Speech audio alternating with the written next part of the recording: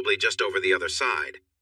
Silas paused to untie the strap of his pistol and tucked his head down, creeping forward. Down below, he spotted a house and something that resembled a figure on the ground outside it. He remained still for 10 more minutes, checking for any movement around him. The sun was coming up in the clear Texas sky, and he realized he needed to see if there was anything he could do. His mules and wagon were waiting back at camp, and today was when he needed to go to Dogtown for supplies. Although what happened last night was not his problem, in this part of Texas, everyone could be considered a neighbor. So, despite the risks, he felt he should investigate before moving on. His rifle was ready with plenty of cartridges, and he thought he could handle any potential threats. He didn't think anyone dangerous was around, but he still moved cautiously, watching closely for any signs of life. When he reached the area near the house, he was fairly sure it was empty. Still, he needed to be careful. He put his pistol in its holster, held his rifle in his left hand, and made his way to the barn. The big doors were open, but he noticed a side door that had not been touched. Entering from the side would keep him safer if there was trouble.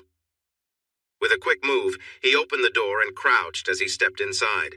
He moved silently along the wall, holding his pistol ready, but it was quiet. After a careful search of the barn and loft, he figured out the best way to get into the house. Choosing the back way offered more cover, so that's what he did. Silas ran across the open space and entered through the back door. Inside, he checked each room, his pistol drawn.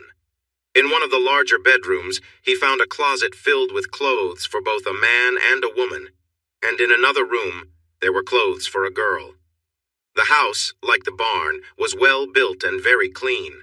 The kitchen was well stocked, and the rooms were nicely decorated. One wall of the main room had a built-in bookshelf filled with many books. Some he had read, but many more he had not. He looked at the books with a fondness. He loved stories and the ideas they contained.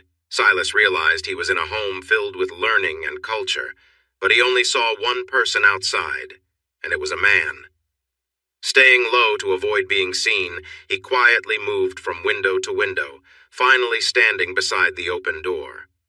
Noticing nothing unusual, he stepped out onto the porch, looked around carefully, and walked over to the man. As he approached, it was clear the man was young and fit, even in rest. A gun lay by his side. Silas imagined what the man must have faced. The ground showed signs of disturbance, and 3 horses were standing about 810 feet apart. This was not a friendly way to approach a home, especially at night. The man seemed to have been attacked by all 3, yet the gun beside him had not been fired.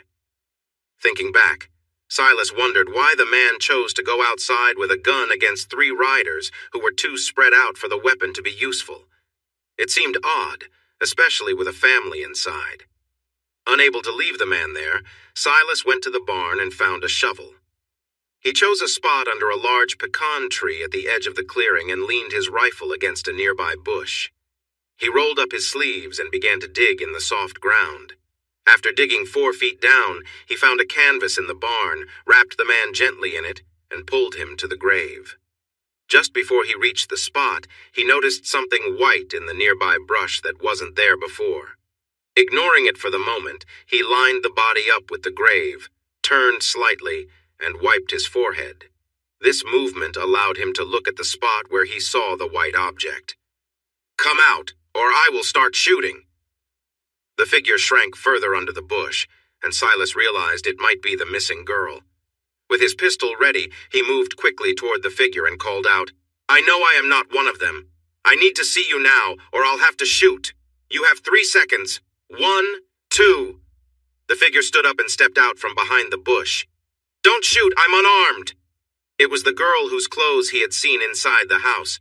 She looked to be around 11 or 12 years old, with a thin frame, shoulder-length wavy red hair with golden highlights, and eyes that were a mix of blue and green.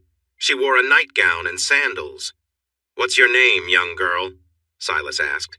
"Lily Thompson," she replied sharply. "What's yours, young boy?" He frowned at her attitude but introduced himself as Silas Carr, explaining he came from a settlement to the west. "I was on my way to town for supplies and camped in the valley along Turkey Creek last night. After I went to sleep, I heard shouting and some noise. It was dark, so I waited until this morning to see what was going on. When I went looking, I found this man's body, but no one else.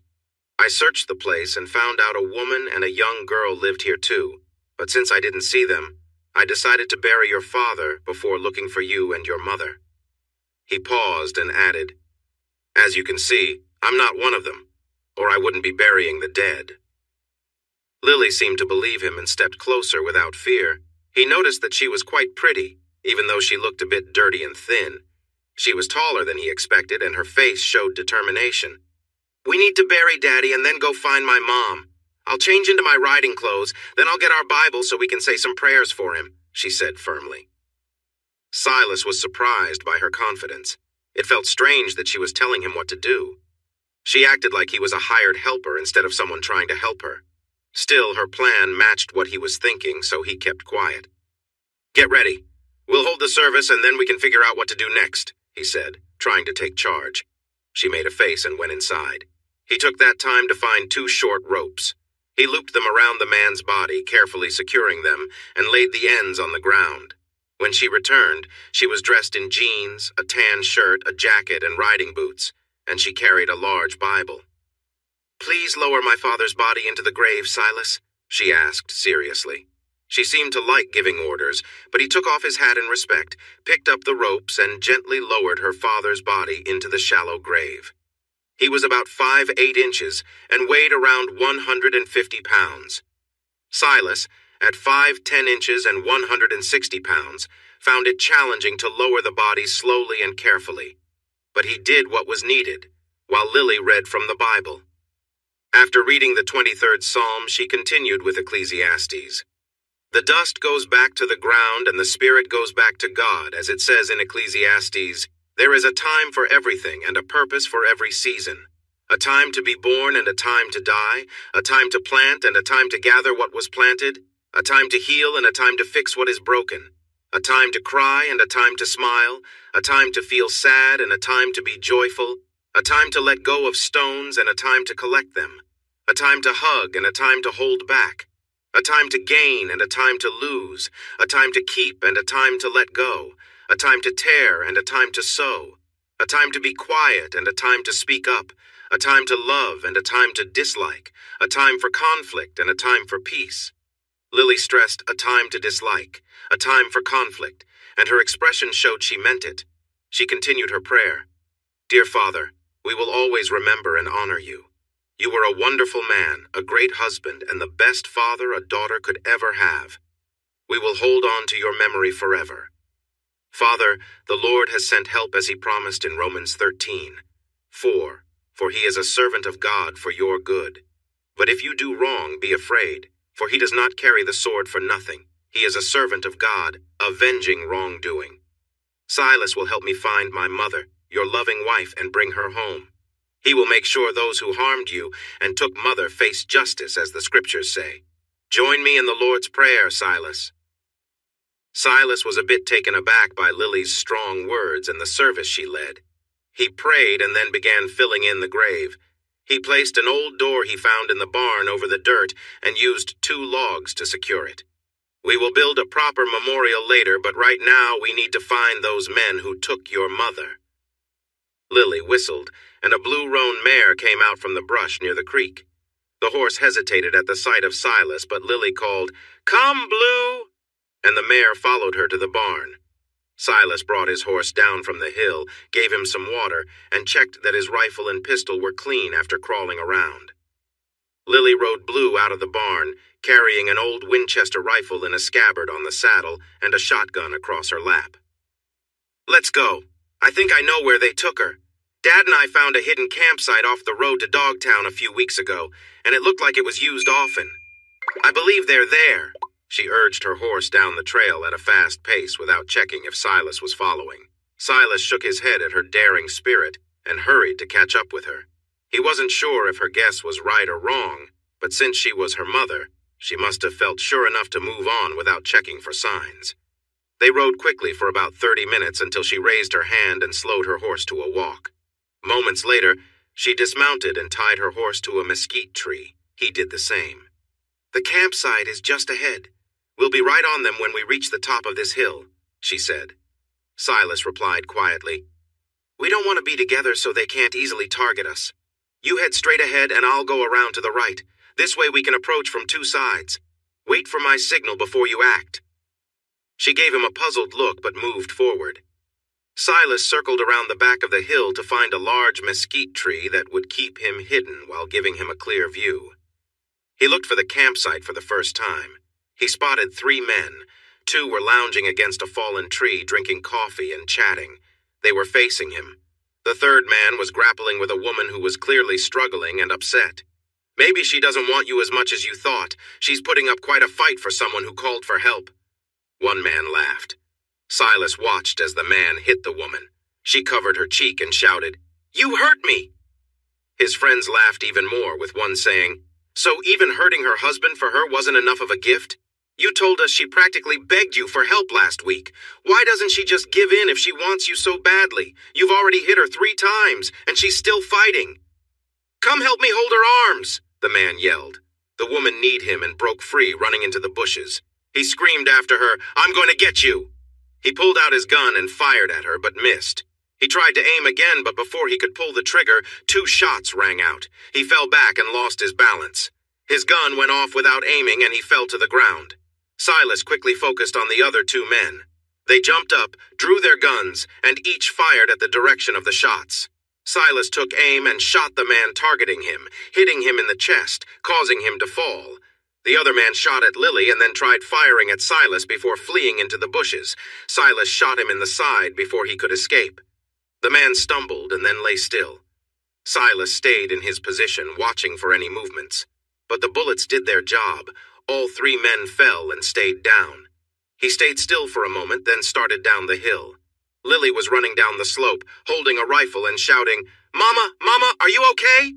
Her wildness made Silas rush toward them too. He glanced at the 2 men he had shot, hoping they were really gone and not just pretending. With his pistol in hand, he nudged each man with his boot. They were indeed gone. He checked the one who had hurt the woman. He was also gone, from 2 bullets. Lily and her mother were holding each other, crying. The woman's shirt was torn and her face was swollen and red. Even in this situation, Silas could see she was beautiful. On the ride back home, the women shared Blue while Silas rode ahead, rifle ready, watching the hills and valleys for danger, but saw none. Mrs. Thompson cleaned herself up and changed into a dress for the trip to town. Her face was still swollen, but if she felt embarrassed about how she looked or what had happened, she hid it well. Once they were seated in the wagon, she thanked Silas sincerely. "Mrs. Thompson, I appreciate your words, but Lily was just as brave as I was. She is a very brave girl. Silas, she is my daughter. She loves me, and I knew she would come after us. You didn't have to help, but you did, and you both saved me from a terrible fate. So I believe you can call me by my first name, Gwen." Lily didn't seem pleased, but he thanked Gwen and smiled at Lily. She did not smile back. He knew she was upset, but did she have to look so sad whenever he glanced her way? They stopped at the campsite where the bodies lay and continued on to Dogtown with the 3 men on the wagon. A crowd began to follow as they crossed the wooden bridge over the Frio River and grew as they reached the main street near the general store. Silas helped Lily and Gwen down and led them to the door. The storekeeper, hearing the noise, came outside. "Where can I find the sheriff?" Silas asked. The storekeeper pointed to a small building on the next block. "Who are they?" he asked, pointing to the dead men. "And what happened?" Gwen spoke up. "These men came to our home late last night. They hurt my husband and took me away. The one in the blue shirt tried to harm me, but I fought back and escaped into the bushes. He shot at me when my daughter and Silas found me.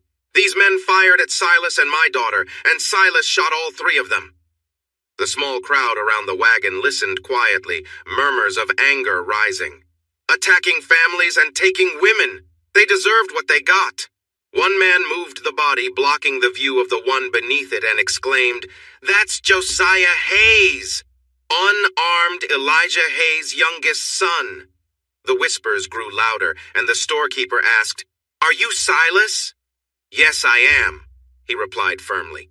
"Listen, you, the woman, and the girl need to leave for the north right away. Elijah Hayes is a tough man, and he and his gang will come after you for what happened to his son." Silas stood tall and declared, "I'm not running away. First, I will report to the sheriff and take care of the bodies. Then I'll come back here, gather these supplies, and take them to our settlement.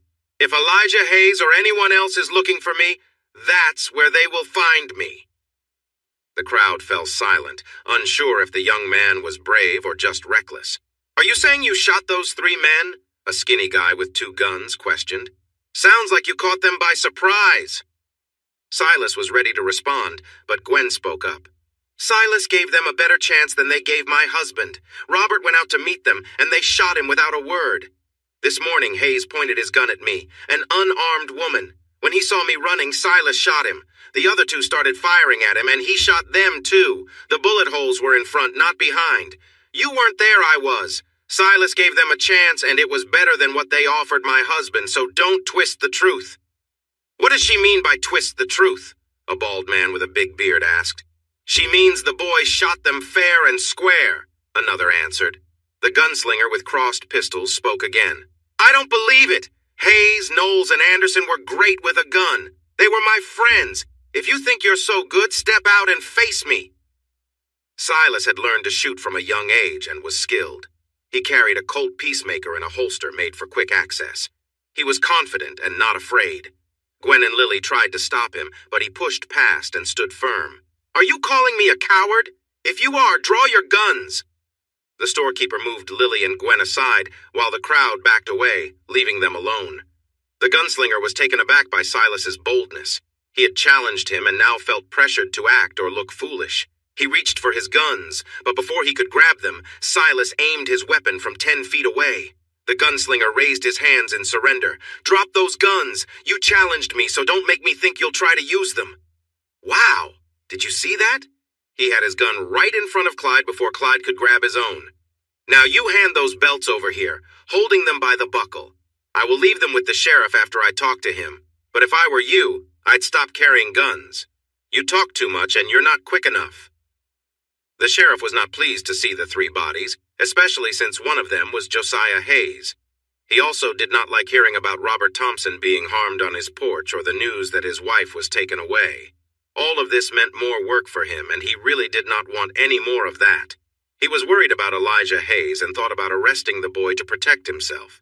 The issue was that everyone in town had heard the woman tell her story, and the boy claimed his dad was a Texas Ranger, making it hard for him to arrest him without causing trouble for himself, and those Rangers would not take kindly to that.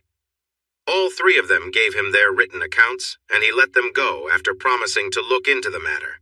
He warned them that he would come for them if he found any laws were broken. The woman looked serious, and the boy's eyes were cold. "You have our statements. We didn't lie, but we expect to see you at the Thompson Ranch tomorrow to look into the death of my husband," Gwen told him firmly.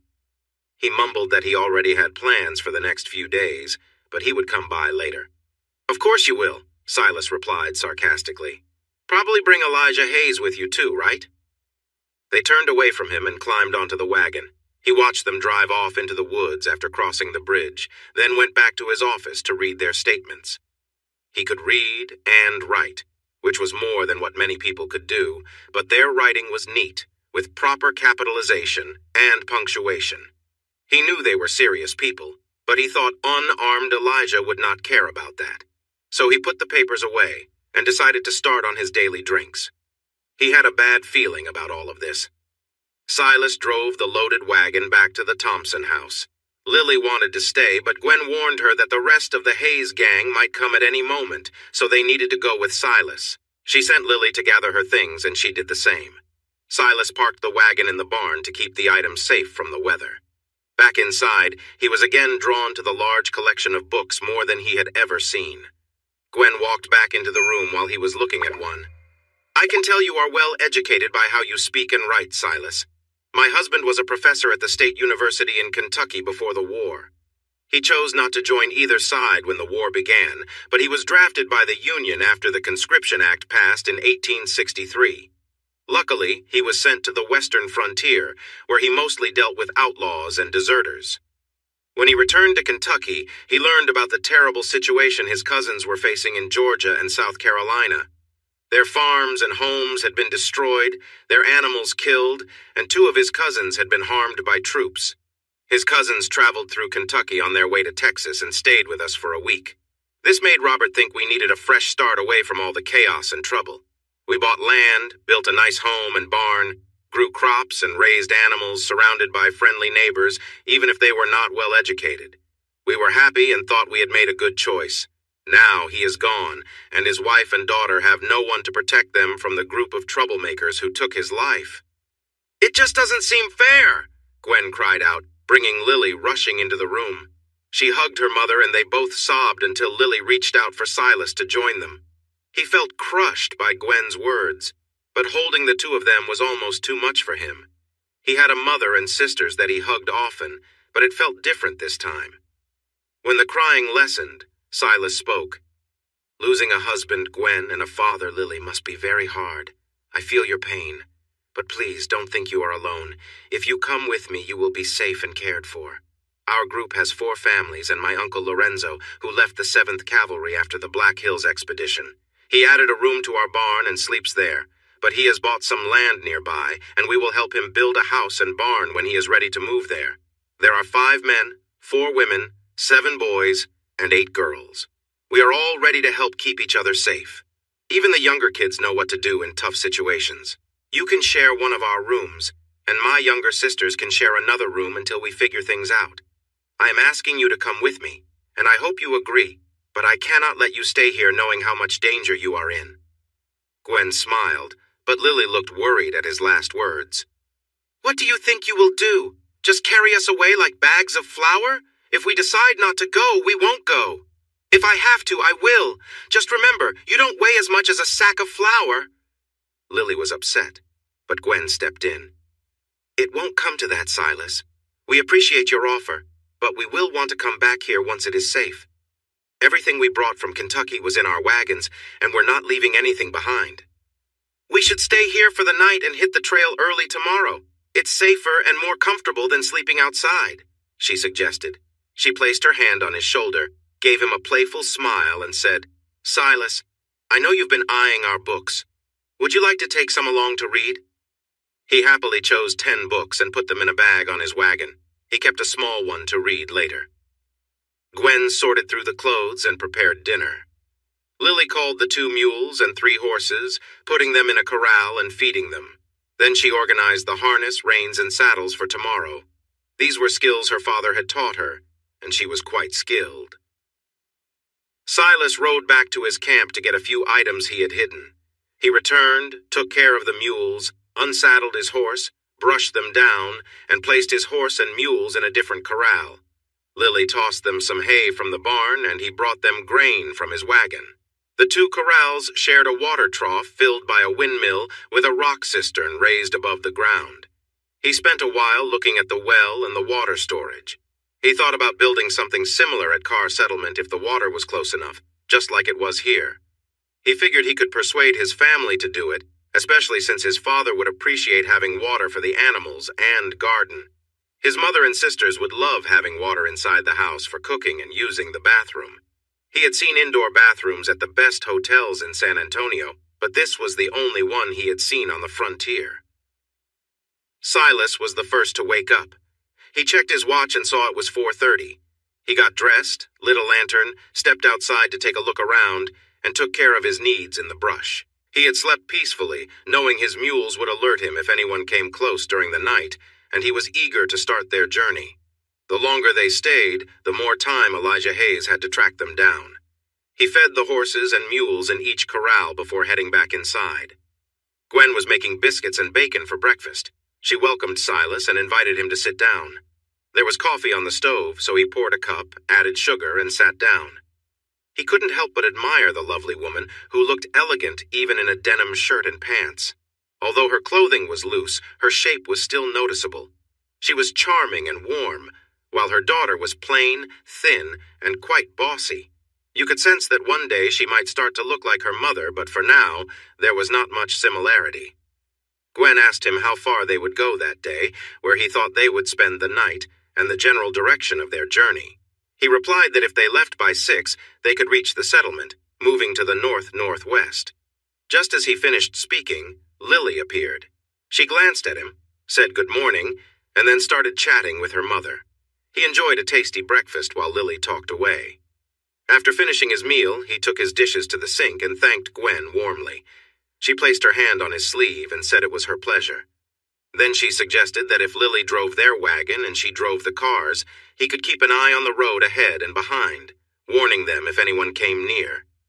Silas planned to drive his wagon and let Lily look ahead, but he could see the benefits of Gwen's suggestion. He nodded and agreed it was a better plan. Lily looked a bit disappointed, but she kept quiet. With everything packed, Lily hitched the mules to their wagon and brought it to the front porch. She then saddled their 3 horses, put lead halters on them, and tied them to the wagon. Silas took the suitcases and boxes of clothes and other items that Lily and Gwen had picked out and loaded them into the wagon.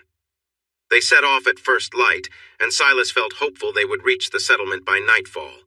The last 20 miles would test the mules as the wagons were heavy, but the land was mostly flat and the path was good. They would stop every 2 hours to water and rest and still make it in time for supper. At the start, Silas rode ahead and around to keep watch on their trail and any possible directions someone might come from. He climbed hills that the wagons avoided and used his spyglass to look for dust or movement that could signal someone was following them. After they had covered about 10 miles, he felt more relaxed and rode beside the wagon that Gwen was driving.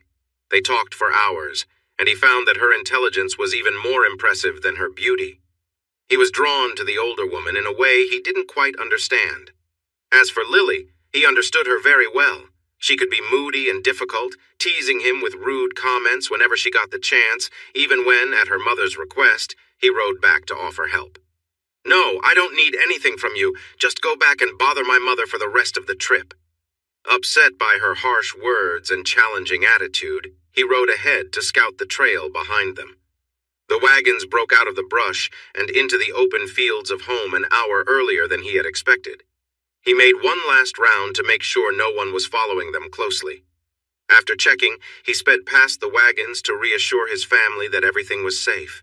Only his mother stood on the porch, but he noticed the gun barrels peeking out from the shooting slots. Safety first, just as his father always said. Once he was spotted, he returned to guide the wagons to the house. Carr settlement was simple. 4 houses spaced about 100 yards apart in a rectangle, with barns and sheds further away. In the middle, a road connected the houses, and a large vegetable garden filled the southwest corner. A flagpole with the Texas Lone Star flag stood just beyond the road in front of the Carr home. When Silas arrived and signaled to his mother, families appeared on each porch to greet them. Silas stopped just past his home, letting Gwen and Lily park the wagons in front. He hopped off his horse, waved for everyone to join them, and helped Gwen and Lily down from the wagons. "I want to introduce you to my new friends, Lily Thompson and her mother, Gwen. They faced some trouble, which we can talk about later, so I invited them to stay with us for now. The supplies you ordered are in the first wagon and their personal items are in the second. Please put the common supplies in storage and take your own to your homes. Mother, if it's okay with you, they will stay with us until things settle down at their ranch. Billy, Tommy, please help them with their things, wherever Mother directs. I'm going to ride back to Spyglass Hill and check our trail. The trouble we might be facing could still be around, so we need to be ready. It seems that Papa and the other men aren't here. Are they working in the fields?" Samuel had been listening. When Silas mentioned trouble, he hurried to the family barn and quickly returned on his saddled horse. "No, son. They were asked by Ranger Wallace to help capture 3 escaped criminals. We don't know when they'll return, so we must rely on our defense plan without their help." She looked at the neighbor women, who nodded in agreement. Turning to Gwen and Lily, she said with a warm smile, "Ladies, my name is Madeline Carr. Welcome to Carr Settlement and to our home. Please come inside and I'll show you to your room. Kathleen, please move your things in with your sister so she can help change the sheets for our guests. Boys, please help put away our supplies first, then take everything from the Thompsons' wagon inside. I'll show you where to put it." Samuel rode alongside Silas as they trotted back up the road. "I just returned from checking the cattle and noticed you coming, so I wanted to hear what you had to say. I felt uneasy when I saw 2 wagons and the women, which made me think I'd need my horse soon. I'll ride with you and take the first watch. In about 15 minutes, they reached Evans Hill, also known as Spyglass Hill. They saw no signs of anyone nearby, so they moved to some rocks to check for snakes. Samuel, you need to eat, and your horse needs food too. I need to speak to Mother. I'll go back now and send Abe to watch. He's old enough to help, and there's no sign of anyone chasing us right now.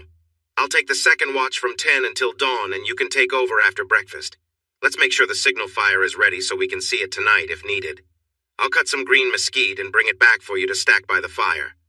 Silas put his hand on his friend's arm to get his full attention. Samuel, I won't sugarcoat it. The men after us are known troublemakers, and I expect them tomorrow. Their leader is One-Arm Hayes, and he has a bad reputation.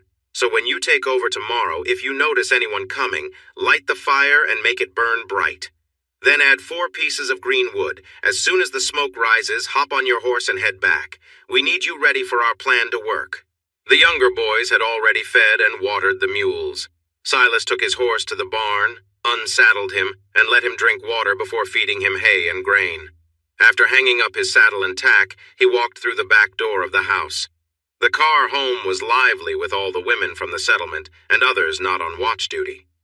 Silas hung up his hat and made his way down the hall to the living room. He could hear the women talking to Gwen in the kitchen and the kids listening to Lily on the front porch. When he heard Gwen mention his name, he paused to listen. Oh, yes, it's an incredible story. After he found Lily and buried my husband, he discovered the gang that kidnapped me. We all know what they had in mind that night, but horsemen kept riding close to where we were camped. Each time it got quiet, they would share what they planned to do, but then more horsemen would come by and they would scatter. I was tied up and couldn't get away, but I kept praying that someone would come to rescue me. By mid-morning, Hayes decided he wanted me or he would stop at nothing to get me. I fought back and scratched his face, then ran into the bushes. He shot at me, but then Silas and Lily both fired back with their rifles. The other 2 men started shooting at them, but Silas took them down. He was so brave. Madeline, you must be so proud of him. Oh, I'm very proud, but he only did what his father and I taught him. I would feel ashamed if he hadn't. His father must have taught him how to stand up for himself, too. I've never seen anyone act so quickly, Gwen said excitedly. What? Please tell us what happened, Mrs. Turner exclaimed. When we went to the store to get your things, this rude man with guns on both sides insulted him. Silas stood tall and faced him. Everyone else ran away. Silas told the man to take back what he said or get ready for a fight. The man went for his guns, but before he could even grab them, Silas had his own out and pointed right at the man. Let me tell you, that man was scared.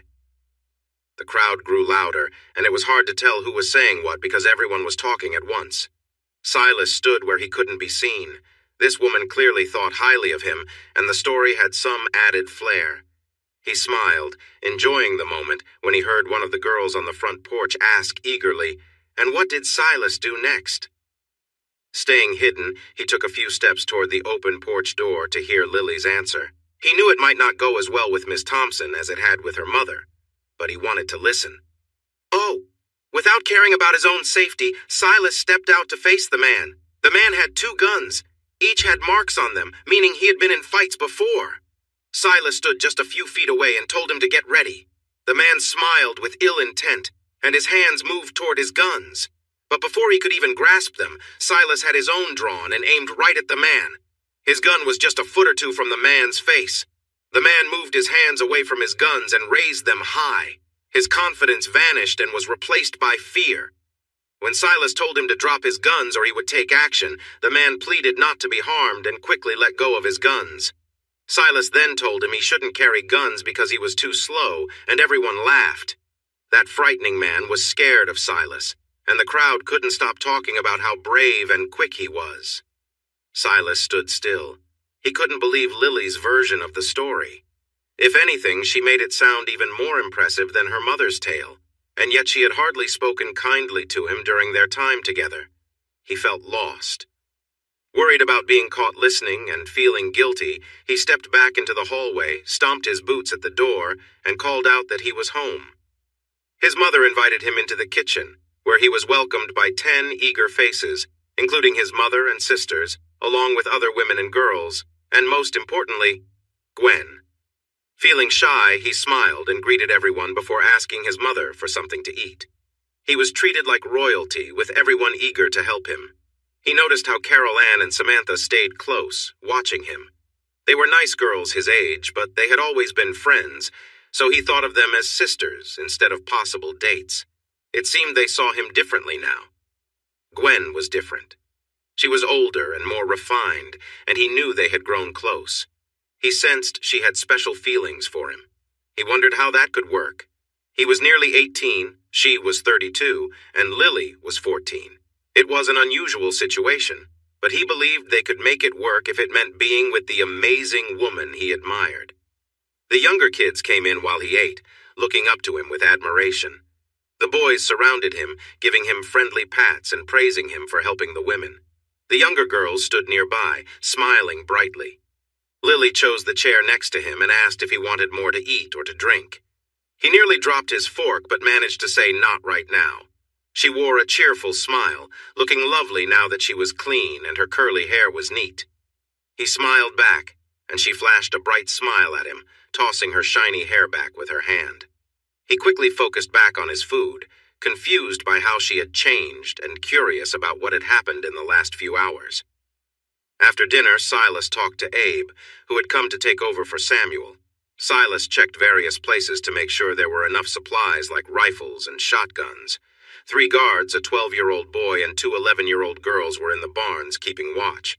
He reminded them to keep an eye on the hill and to let everyone know if they saw anything unusual. The boy just nodded, but the 2 girls looked a bit offended that he would remind them of something they already practiced, as if he thought they weren't capable. Before heading back to the hill for his shift, his mother and Gwen reminded him that they needed him there to protect the women and children, so he shouldn't take any risks at the lookout spot. Now he understood how the 2 girls felt when reminded of something so clear. He promised and rode away. As he passed the 2 barns, Lily called out to him from behind one. He stopped and rode over to her.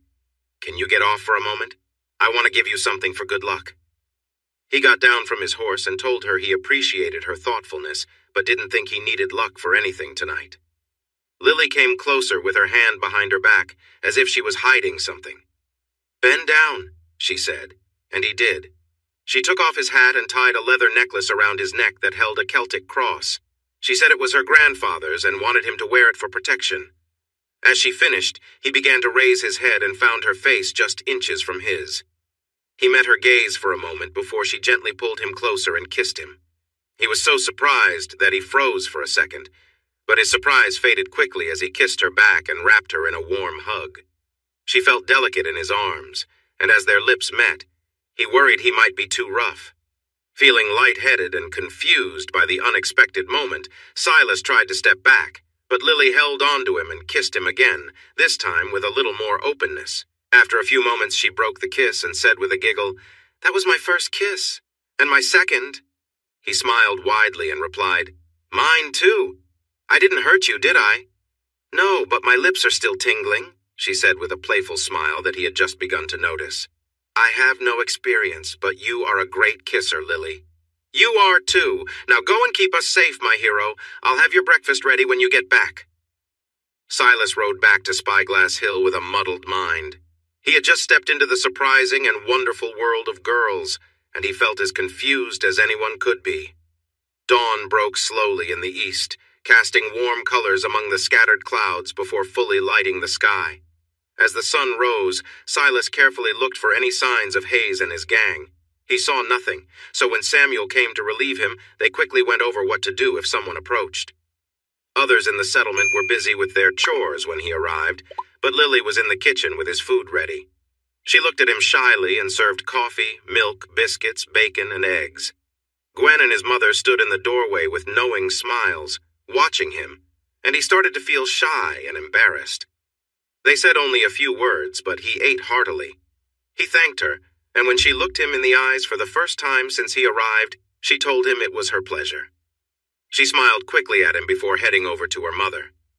Gwen told Silas that he needed some rest, so she took Lily to help in the community garden.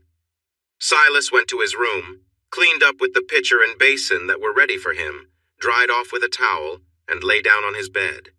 His mother came in before he could close his eyes. She gently brushed his hair back and kissed his forehead. He reached up, touched her arm, and thanked her. Unexpectedly, she sat on the edge of his bed and started speaking. "You know that your father and I have big hopes for you, and we are always proud of what you do. You are a smart young man, even without much formal schooling. You have strong values and work hard. That said, what you did for Gwen and Lily was beyond our expectations. We are happy you could help them, and we're glad you brought them here. They are nice people and good helpers. But I have 2 pieces of advice for you. First, I noticed how you look at Gwen and the way she talks about you. That can be risky for both of you. That kind of relationship can lead to troubles that could impact your life. Second, you might have forgotten that others saw you and Lily near the barn, so that news has spread around the settlement. I don't know if Peggy exaggerated, but even if her story is partly true, it's something you should be careful about. You are 18 and she is 14, much too young for a serious relationship. You are a good-looking and smart young man, and you will make someone very happy one day. But remember your goal of going to university before getting too involved.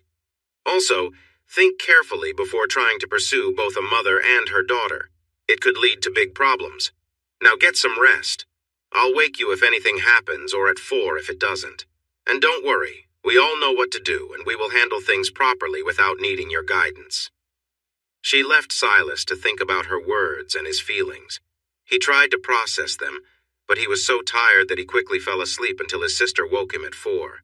His thoughts were still unsettled, but he felt much better, more awake and ready.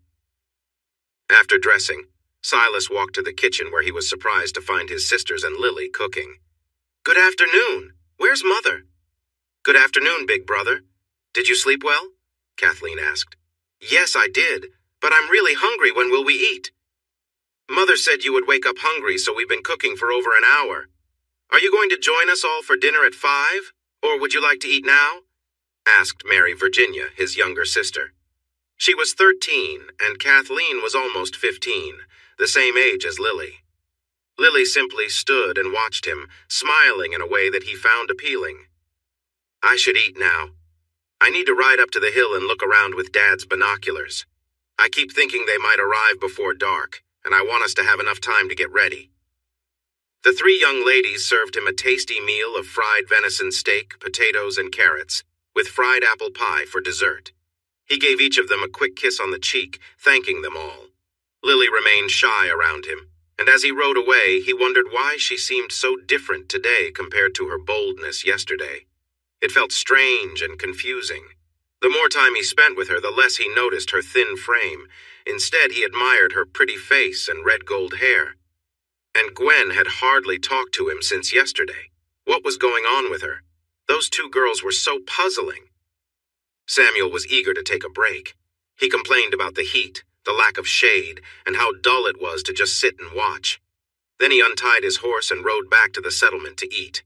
Silas climbed on the rocks at the top of Spyglass Hill. He sat down and carefully scanned the hills and canyons for any roads or trails from the south, east, and north. He saw nothing. He hadn't checked the west because that would have taken more time, but he decided to do so now, just in case, and still saw nothing. He closed his eyes for a moment and then resumed his search of the most likely paths. He had been up there for almost an hour when something on the distant horizon caught his attention. There was a light spot on the blue horizon that he started to watch, with and without the binoculars. It was hard to tell if it was dust or just his mind playing tricks, so he carefully looked around again. When he returned to the area 10 minutes later, he could tell that what he was seeing was a dust cloud, and it was moving. That meant there were riders, and quite a few of them. They were at least 30 minutes away from the hill, even if they were riding fast, so he grabbed his horse and raced back to the settlement. There was still time to finish preparations without starting a fire that could give away their location. Those working behind the barn saw his galloping horse first. They hurried to alert the others, and everyone was waiting as he got closer and dismounted. "There are riders about 3,040 minutes out. Everyone go to your stations and get ready. Remember your training. We have to do this right." Everyone quickly spread out, leaving him with his mother, Gwen, and Lily. "Is it them?" asked Gwen. I don't know, but they are riding quickly, so we should assume it is them and prepare. What tasks has Mother given to you and Lily? Lily has her rifle. I have my shotgun and my husband's rifle. We'll be out front watching over the porch. Where will you be? I'm going to stand on the porch and talk to them. No! Lily shouted.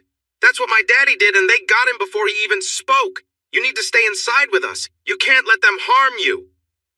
There are many differences. The biggest is that they will be surrounded by shotguns and rifles. Also, I know Elijah Hayes will want to tell me what he's going to do and why. Maybe I can reason with him, or maybe he'll just talk and then draw. Leave the door open. If I feel he won't listen, I'll step back inside and we can defend ourselves against the group. But I'm going to try to talk to him first. I've taken 3 lives this week. I want to stop there, and I don't want others in our settlement to feel that pain. But if they choose violence, that's on them. You don't know who among us got his son. I think it was my shot, Lily declared. I sleep well because he harmed Daddy and it was him or Mama, and I feel the same way now. They are coming here to hurt us, not to talk, Silas. Don't waste your breath. He knew she was right, but he had to try. Not everyone with a rifle or shotgun today would be as strong as Lily if they had to defend themselves, but he knew they would if it came down to protecting their family. You make a good point. I'll stand in the doorway, Lily. If it becomes a fight, I'll step inside and you'll shut the door. We built this house to be safe and we can shoot through the slots, so we should be all right as long as we avoid the windows. He went inside. Even though they did this regularly, they still checked their rifles, shotguns, and pistols. Ammunition was arranged neatly in rows in their boxes, and more was stored nearby. Silas was prepared to shoot through the slot beside the doorframe, so he leaned his rifle against the wall. They sat quietly, waiting. When the bell rang, they stood or knelt at their slots. Gwen was next to him on the left, and Lily knelt on his right. They faced the open area to the south. His mother was at a slot in the kitchen on the east. Kathleen was in her room, looking east. Mary, Virginia, and his younger brother Adam were in the back bedrooms, watching the north. There were 6 men with Elijah Hayes. They rode into the open area with their rifles up, looking carefully at each building they passed. Hayes turned his horse in a circle and shouted, I want the man and woman who ambushed my son. If they come out, we won't hurt you all, but if they don't, we will harm everyone here and destroy your buildings. We know your men are off with the Rangers looking for my late son and his friends, so all you have here are women and children. You don't stand a chance against us, so send them out, or we will start shooting. Silas stepped into the open doorway. I'm Silas Carr. I'm the one who ended your son and the other 2 after they harmed Robert Thompson and took his wife. There was no trap. They shot first and they faced the consequences. You say there are only women and children here. Do you men care whether the bullet hitting you was fired by a man, woman, or child? Because you are surrounded and outnumbered, just look around. At that, rifles and shotguns appeared through the openings of the homes and barns. Do you see? If this turns into a fight, you will all be in danger. We won't bury you nicely, we'll pile you on some wood and set it on fire. Now, Mr. Hayes, we can end this right here, and you can live to see another day. Your son made bad choices and faced the results. He tried to harm someone, and in the end, he got what he deserved. Ride back to your ranch, say goodbye to your son, and focus on your cattle, sir. There is no need for all of you to suffer today. Hayes listened, but his anger wouldn't let him back down. He squared his horse and prepared to reach for his pistol when the rider beside him grabbed his hand and shouted, "PA, stop! You know what he says is true. I loved my brother, but he made his own choices that led to this. Let's ride back to the ranch, give him a proper farewell, and take care of things there." "No way! I'm going to confront this boy, and then anyone else who goes against us." He broke free and turned to his son. "If you're scared, then ride away now." "Goodbye, Pa. I'll take care of our home, and I promise to bury you beside Josiah if these people will let me," he said, then made a last plea. "Please come with me." "Get out of here, coward." His son raised his hands and rode away from the group. Elijah Hayes steadied his horse again and faced Silas. "You are wrong," he shouted, reaching for his pistol. Silas drew his peacemaker and shot him down before he could pull his weapon. He stepped inside just as a bullet hit the door frame near his head. He heard Lily and Gwen fire and quickly positioned his rifle through the opening, noticing 2 more saddles were empty. Samuel fired from the barn loft, hitting another saddle. The last outlaw tried to escape the way he came, taking a shot at Samuel as he rode past. A shotgun fired from the Townsend house, and he fell off his horse. After a few minutes, the only survivor of the gang slowly rode back into the courtyard, hands raised high in the air. He paused in front of the car porch, and Silas came out to meet him. "My name is Jefferson Davis Hayes. I'm sorry for how things turned out, young man. You tried your best. Once he was a good man, but after losing his wife, his home, and his arm in the war, and spending 2 years in a prison camp, he changed. My brother made it worse by always getting into trouble, lying about it, and asking Father for help. If you're okay with it, I can carry Father home on my horse. As for the others, it's up to you. From what I know, none of them have family in Texas, especially not around here." Silas nodded and helped Jefferson secure his father on the horse. Just as they finished, they heard the sound of galloping horses. Silas looked at Jefferson, who said, "I don't know who it is, but we should get inside." They hurried into the house. Gwen and Lily both pointed their weapons at Hayes, and he raised his hands to show he meant no harm. Silas slammed the door and held his rifle ready just in case. The sound of the horses slowed down, and a voice shouted, "Hello? This is Ranger Wallace. Do you need help?" Samuel called from the barn, and doors opened across the area. Family members rushed out from every building, but Silas stayed alert. When the group arrived and he recognized them, he sighed with relief. He turned to the women he had rescued, the ones who had stood by him today. He wasn't sure who had fired the shots that took down the outlaws, but he knew they had fought bravely. Jefferson Hayes hung back as Silas signaled to Gwen and Lily. They quickly came over and wrapped their arms around him. They weren't crying, but he could feel their relief. "It's okay now. We're safe," he reassured them. Jefferson looked into Silas's eyes and smiled. He had been unhappy with his life, but stayed out of love for his troubled father. Now he felt free and wanted to be someone admired, someone embraced by caring people, like Silas, who was only a few years younger than his 22 years, but had already made a positive impact on others. Silas shifted his focus to the windows, watching the joyful reunions outside. He saw his mother speaking to his father, and they both glanced toward the house. "All right, everyone, it's time to go outside and meet my father, Uncle Lonnie, Ranger Wallace, and the other men of the settlement." He stepped outside first, then paused to wait for the others to join him on the porch. Together, they walked toward the now quiet gathering. "Papa, Uncle Lonnie, Ranger Wallace, Mr. Townsend, Mr. Gaddis, and Mr. Simmons. I'd like you to meet Mrs. Gwen Thompson, Miss Lily Thompson, and Mr. Jefferson Davis Hayes. They were my new friends and welcomed in our community." Ranger Wallace put his gun away and said, "Jefferson Hayes, you're the good son, right? As far as I know, you're free of trouble. But why aren't you lying on the ground with the others?" Silas stepped in. "Ranger, I told them they could leave. Jefferson tried to talk to his father, but when his father said no, Jefferson raised his hands and left. After things calmed down, he came back to get his father's body. We heard horses coming, so he joined us to be safe. When we saw you all, we stepped outside. He is Elijah Hayes' son, but like you said, he's the good son." The ranger nodded. "That's good enough for me. Now remind me which lady is which." This time, the introductions were more personal. Uncle Lonnie, back from 5 years with the 7th Cavalry, was shocked when he met Gwen. She smiled and shook his hand. He held on, surprised. Silas teased him. "Come on, Uncle Lonnie. You're supposed to be charming. Can't you even say hello?" Lonnie finally snapped back to reality and spent the rest of the evening showing why women usually liked him. Gwen, however, just found him amusing, while Lily ignored him and watched Silas get complimented for everything he had done since their last time together. Silas, always humble, blushed and shared the praise, quickly changing the topic. A year later, Silas went to Gwen's wedding in San Antonio and told Lorenzo it was the greatest achievement of your life. The morning after the wedding party, he hugged his family, then embraced Gwen and Lily, who had tears in her eyes. He lifted his bag onto his horse and rode to the train station, heading north to Austin and Georgetown. For the next few years, he would attend Southwestern University.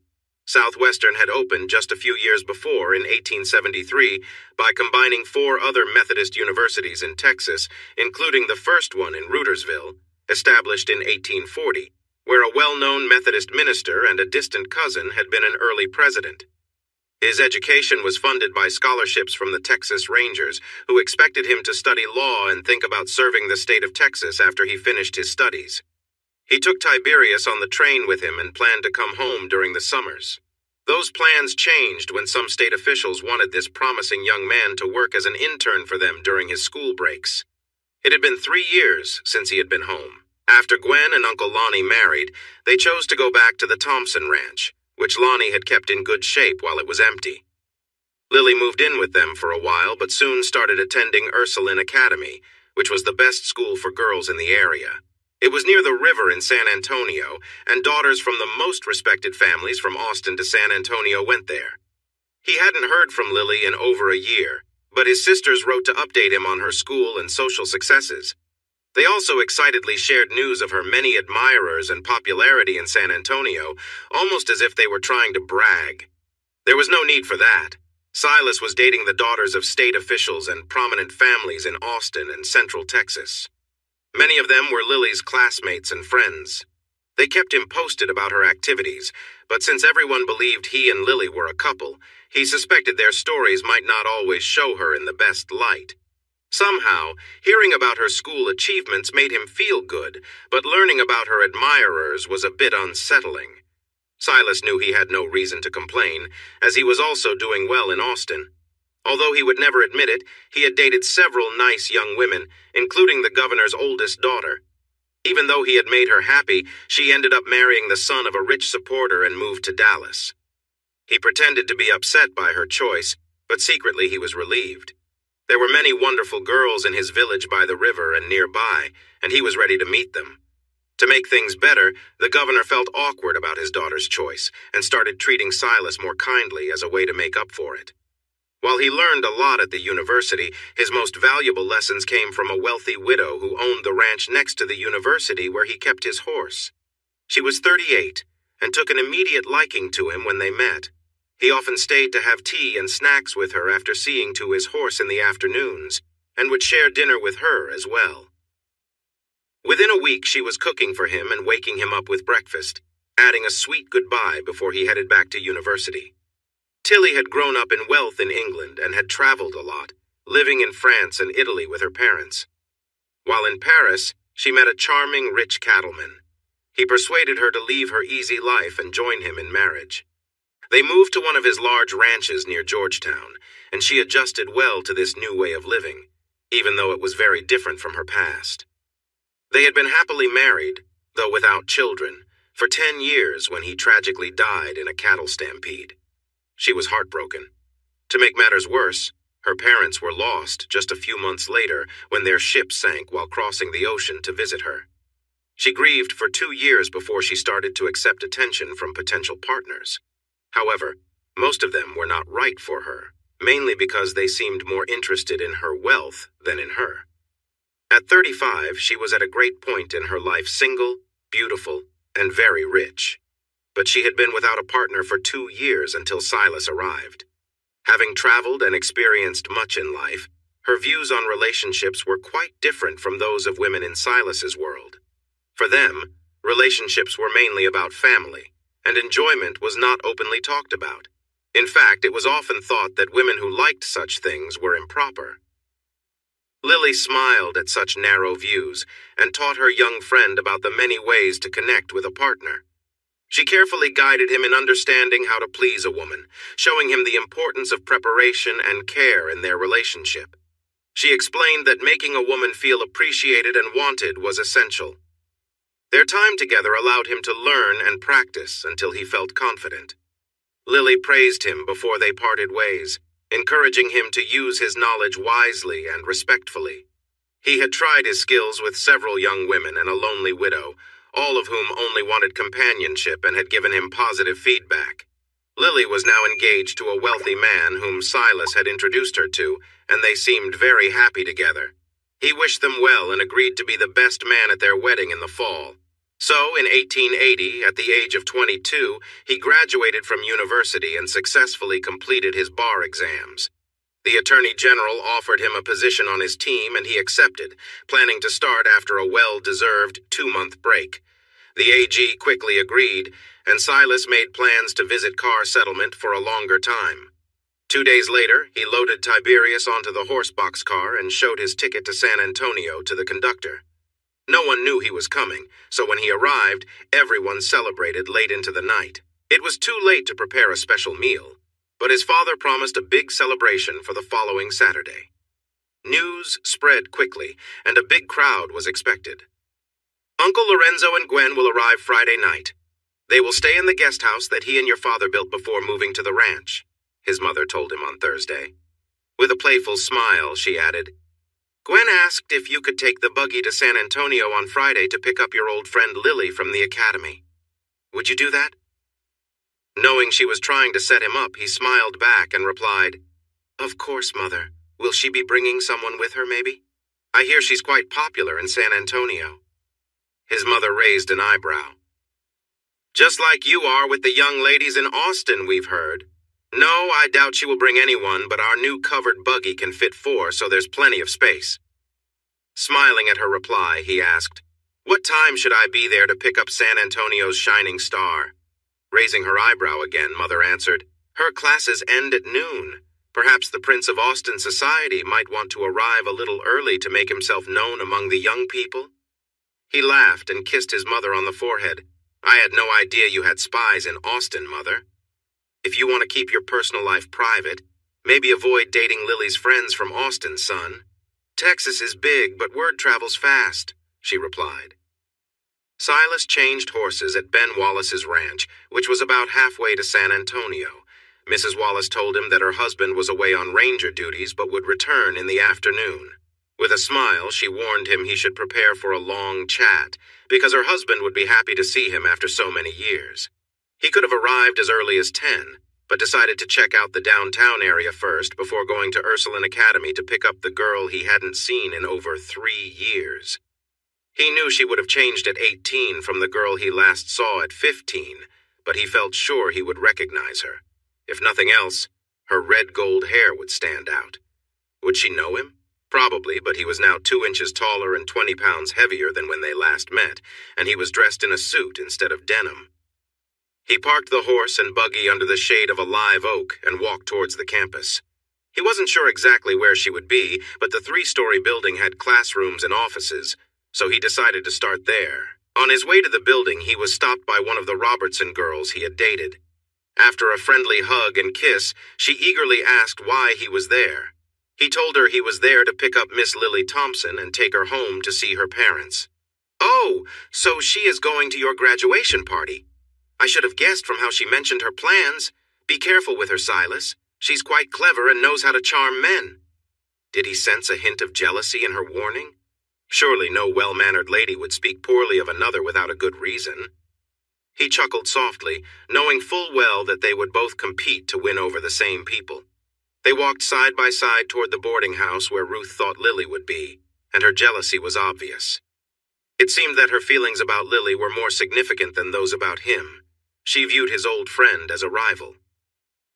As they approached, a small group of young men gathered around a stylish young woman standing on the porch. As Silas got closer, he could see the glint of gold in the red hair of the girl, which was piled up nicely. Her back was turned to him, and he noticed that her fashionable dress had a bustle but otherwise flowed elegantly. If that is Lily, he thought, she certainly seems to have changed a lot. Good day, he called out to the group. I'm here to see Miss Lily Thompson. Could someone please tell me where she is? The frowns on the men's faces confirmed his guess. The person they were focused on was indeed Miss Lily. She turned to him with a bright smile, but her expression turned serious when she noticed the young woman by his side. Although he was sure she recognized him, she said, I'm Lily Thompson. Who are you and why are you looking for me? 2 could play that game. Oh, I didn't recognize you, Miss Thompson. It's been quite a while. You probably don't remember me, but I'm Silas Carr. Your parents asked me to come and escort you home. Is it just you? Or will any of these young men be joining us? Oh, Mr. Carr, I didn't recognize you either. It has been a long time. No, I'll be the only one traveling with you. The carriage is parked by the main building. Should I bring it around? Please do. Perhaps I can ask these gentlemen to help me with my bags. I have quite a lot, as I'm going home for the summer. Is there enough space? I'll get the carriage and we'll find out. He gave Miss Robertson a friendly kiss on the cheek, told her he was glad to see her, and hoped to meet again soon. Then he walked towards the carriage, which was a few blocks away. When he returned, the gentlemen and ladies were waiting beside the road. There was just enough room for all her bags, but it was tight. She greeted all the men with a kiss on the cheek, pretended to kiss Ruth Robertson, and let one of her admirers help her into the carriage. Silas got the horse moving, and she made a little show of waving and saying goodbye again. "So," she said as they drove off, "you studied hard to be a carriage driver?" He caught her teasing smile from the corner of his eye, so he looked straight ahead and replied, "It's one of the things I do well, but really, I'm here because your mother asked me to pick you up. Since it was your mother, I couldn't say no." "And what about you? Are you still focused on socializing and your admirers?" "Actually, I'm the best student at my school," she said proudly. "For some reason, the young men seem to like me, so it's true that I have plenty of friends, but socializing and young men are not my main interests. I'm here with young women from the finest families in Texas getting a great education." "That's good to hear. It's odd that my sisters only talk about parties and boys. Do you not tell them about your studies? Maybe they just prefer to share the other side. Besides, why do you care? I wouldn't want your family to spend money turning you into another socialite. Texas needs educated people, not more young women who marry for money and status." His reaction was not surprising, but she listened closely to his tone and watched his face. He stared ahead, making it hard for her to read his expression, but he sat stiffly, which said a lot. Normally, he would look around and make eye contact, but his clear effort not to do so spoke volumes. "What about you, Mr. Carr? From what my friends in Austin tell me, you enjoy socializing and are quite interested in charming young ladies, too. Are you looking for a wealthy wife, or do you plan to use your education to help Texas?" That struck a nerve. She noticed his jaw tighten and his eyes narrow. "On September 1st, I start working with Attorney General McCleary, who hired me to help with legal cases across the state. During my time at university, I met several remarkable young women. However, Georgetown to Austin is a long ride, and I was often busy with classes and weekend activities. My chances for socializing were few, while you have been living in San Antonio, surrounded by many young men who enjoy your company and the social scene there." "Silas, you sound a bit jealous. Why would you care what your skinny little friend, I believe that's what you called me before you left, is up to, or who she's dating?" He shrugged, keeping his gaze straight ahead. "Just curiosity, that's all." She let out a soft giggle. He turned to her, looking her over from head to toe. She felt a rush of warmth, but smiled proudly. She had dressed nicely and even used some makeup for this occasion. In a charming manner, he complimented her, saying, "It looks like my skinny little friend has blossomed into a lovely young woman, Miss Thompson." "Ha! I hear that sort of flattery way too often, Mr. Carr. There's no way you'd add me to your list of admirers." "So how about we just chat and catch up on the last 3 years without any games?" Silas smiled back. "I may have sounded a bit forward, but I truly meant it, Lily. You've really grown up." "How are your mother and Uncle Lonnie doing?" she asked. "They should be at the settlement by now. I assume you'll be staying with them." "Yes, until after the celebration. Then we will head back to the ranch." The rest of the trip to Ranger Wallace's ranch was filled with pleasant talk. However, Silas sensed a flicker of jealousy when he mentioned the governor's ball from 1878, where he attended with the governor's daughter, Serena. He found a brief delight in her unease, but didn't mention that Serena was only 13 at the time, and it was strictly a duty as her escort, not a romantic outing. He also kept quiet about his connection with Tilly Johnson. Although he was not ashamed of that relationship, he thought it best if she didn't know. Some stories are best left untold. When they arrived at the ranch, Catherine and Ben Wallace greeted them on the porch, and the Carr family's well-rested horse was waiting in the corral. After the men greeted each other warmly, they took Ben's draft horse off the cart while the ladies talked. Then they all went inside for sandwiches and tea. Lily was truly charming. She quickly had Catherine engaged in conversation before the table was even set, and the old Texas Ranger was captivated by her before they finished their meal. Silas sat quietly, enjoying Lily's lively storytelling and admiring how she could connect with people. It was nice to see her shine like this, as it would help him notice if she ever turned her attention toward him. Since it was getting late and they still had some distance to cover, they said their goodbyes until the next day. Ben and Catherine would be with them at the celebration, where Ben joked about sharing funny stories about his young friend, despite his friend's protests. A little way down the road, Silas said, "You certainly made a great impression on them, Miss Thompson." "They are really good people, aren't they, Mr. Carr? I enjoyed our short visit, and I'm looking forward to Mr. Wallace's stories tomorrow. He seems to like you a lot." "He's my dad's best friend. They served together back in the war, and my dad helps him out when he needs it. He's more like family than just a friend." "And as a young politician, Mr. Carr, do you view it as the war of northern aggression too?" "I see it as a tragic mistake by both sides. The North used their larger population to impose taxes that hurt the farming South, and many Southerners were too stubborn to accept the changes happening around them. My family didn't own slaves, but we were poor farmers in Tennessee, and the unfair taxes really affected my father and grandfather. The Reconstructionists act like they are better than everyone else, but their actions led to the resentment that caused the conflict. And it's important to remember that those who claimed to fight for unity also caused a lot of suffering along the way. So, Miss Thompson, I hope you understand where I stand based on what I've said. And yes, I know your father served in the Union Army. That doesn't change my view." She paused for a moment before replying. "You've just shared a side of you I hadn't seen before, Silas. It's surprising to see how strongly you feel about something that happened so long ago. I hope I don't see how you react if you feel wronged. Or have I? Is it the gunman from Dogtown, maybe?" He didn't feel the need to answer, but he knew he had acted more calmly during that event than he might have in other situations. He hoped Ben would keep those stories to himself. The people in the settlement spotted them from far away. A welcoming group made up of kids, older kids, and young adults waved. The adults joined in, greeting them from their homes and nearby fields. Colorful decorations hung from the barn doors closest to the central area where they gathered, and flags were strung around the newly laid concrete slab made while he had been away at school. Nearby, a well had been dug, and a windmill was set up just a few steps from the slab. A tall water tank stood beside the windmill, and fresh water was available from a tap at the bottom of a pipe leading from the tank. People could fill buckets or use the trough below. There were more pipes leading from the tank, but they went underground towards the Carr home and barn. The flags waved from pole to pole around the slab, wrapped around the windmill and up to the tank, where they were tied at the roof. These decorations were quite fancy for Carr settlement, and Silas appreciated the effort. After 3 days at home, he felt a bit overlooked, but Lily's joyful welcome matched his from days ago.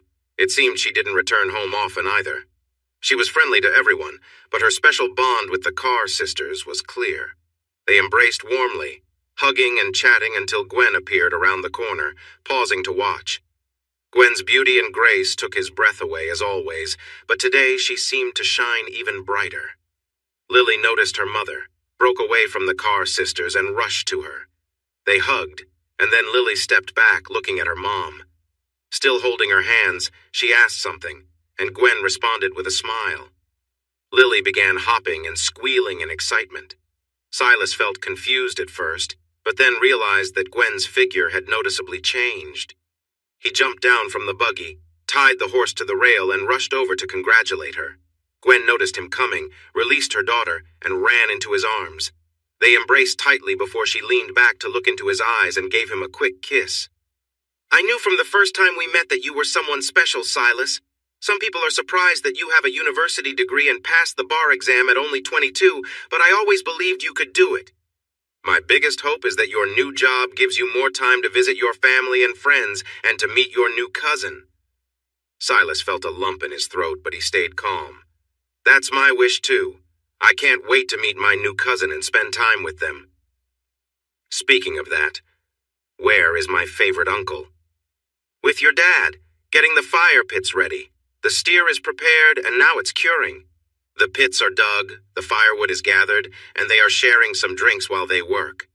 Do you want to join them or go inside to thank your mom and sisters? They've been busy baking and getting ready for tomorrow's feast. "Let's go see Mom first," he said, leading his friend into the house. If only he were a bit older. They didn't notice the look Lily gave them, but her mother felt it and giggled. She needed to prepare her daughter's future partner for the tricks her daughter was planning.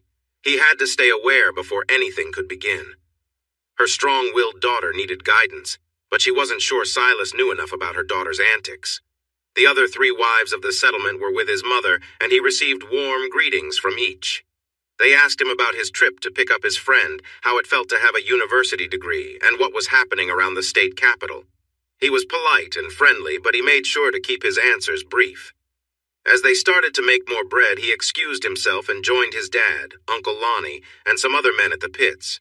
The steer's head, wrapped in damp burlap, was placed on hot coals to cook through the night for the feast. Some people loved to eat special parts like the tongue and lips. Silas was not one of them. Silas shifted the conversation to the plumbing and water systems he had seen. He asked who had worked on it, how it was working, and the benefits it brought. He learned that his dad, Lonnie, and the other men had gone to the Thompson Ranch with Gwen to see their plumbing up close. After making a rough plan, they brought in a plumber from San Antonio who knew about indoor plumbing. He helped them improve their plans, and they got a driller to assist with the well and water storage. Following Silas's idea, they hired a company with better tools to find deeper, cleaner water. Following expert advice, the men of the settlement decided to install pipes and fixtures in their homes, washrooms, toilet rooms, and kitchens. Each house in the settlement had its own well and plumbing, in addition to the car well located in the central area.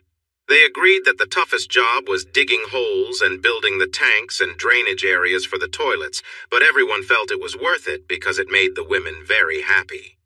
The used water from the baths and sinks went into separate tanks, which helped water the vegetable and flower gardens. Overall, they decided that it was a great improvement for their homes, making the effort and cost well justified. The conversation made them thirsty, so they sent Silas to the root cellar for more homemade brew, a special gift from their German neighbor, Mr. Steinbach. He was a brewer back in his homeland, and his brew was strong. It did not take much to feel its effects. Luckily, they were called to dinner, which was beef stew and cornbread before they enjoyed too much. They ate on the steps and porch while the women finished baking and preparing the meal, then returned to their homes as night fell. Silas was used to late nights, so he settled into a chair in the backyard where he could see the sunset over the hills.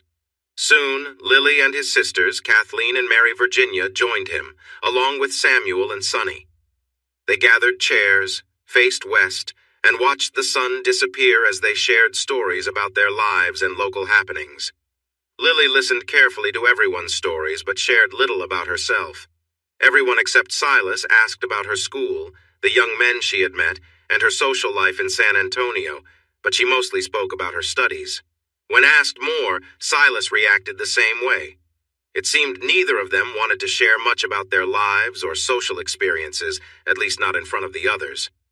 The younger ones went to bed soon after sunset, knowing tomorrow would be a long day. They started early, with breakfast served an hour before usual so they could clean up and prepare for the afternoon celebration. The wood stoves in all 4 homes would be used that day, but since the Carr family was hosting, most of the cooking would take place there. The main cooking pit was big enough to roast an entire steer, but different cuts required different cooking methods. Some cuts needed to be cooked slowly at low heat, while others were best cooked quickly at high heat. These variations were set up in the depth of the pit under a section of mesh wire, which was supported by rods made from pipes. Meanwhile, the wood at one end of the pit was set aflame and was burning down to create coals. There was a metal barrier about 3/4 of the way down the pit, separating different cooking areas. They would light the rest of it later to prepare the best cuts of meat. They used a mix of local mesquite and post oak logs because these woods burned strongly and kept hot coals for a long time. This was better than other woods like pecan or hickory, often used for smoking or grilling meat in other places. Both the men and women took pride in their cooking. They had sausage rings on the grill for a quick bite and 2 large pots of beans cooking over a fire located near the pit where the steerhead was roasting. Silas learned about everything that happened while he had been away. Settlers were getting better at growing crops in South Texas, where the sun was strong. There were two main farming seasons, one from planting in late February or early March to harvesting in June or July, and the other from planting in late August to harvesting in late November. The heat in July and August was so intense that crops often failed, so they figured out which crops to plant in each season.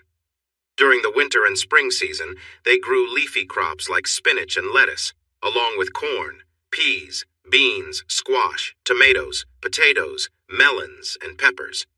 The fall was also good for beans, tomatoes, and peppers, but it was the best time for oats and pumpkins. Onions, a common ingredient in many South Texas dishes, were planted in the fall or winter and harvested in the spring and summer. Other herbs were usually planted in summer and picked in late fall. They had tried to grow wheat, but it didn't thrive in that region, so they also grew cash crops they could sell or trade for flour and sugar. Talking about farming made them hungry. They grilled sausage, brought some bread from the house, and enjoyed a late morning snack. A nearby family, the Jamesons, arrived early, and Bud had a bag of venison jerky that also helped fill their stomachs until the big meal later.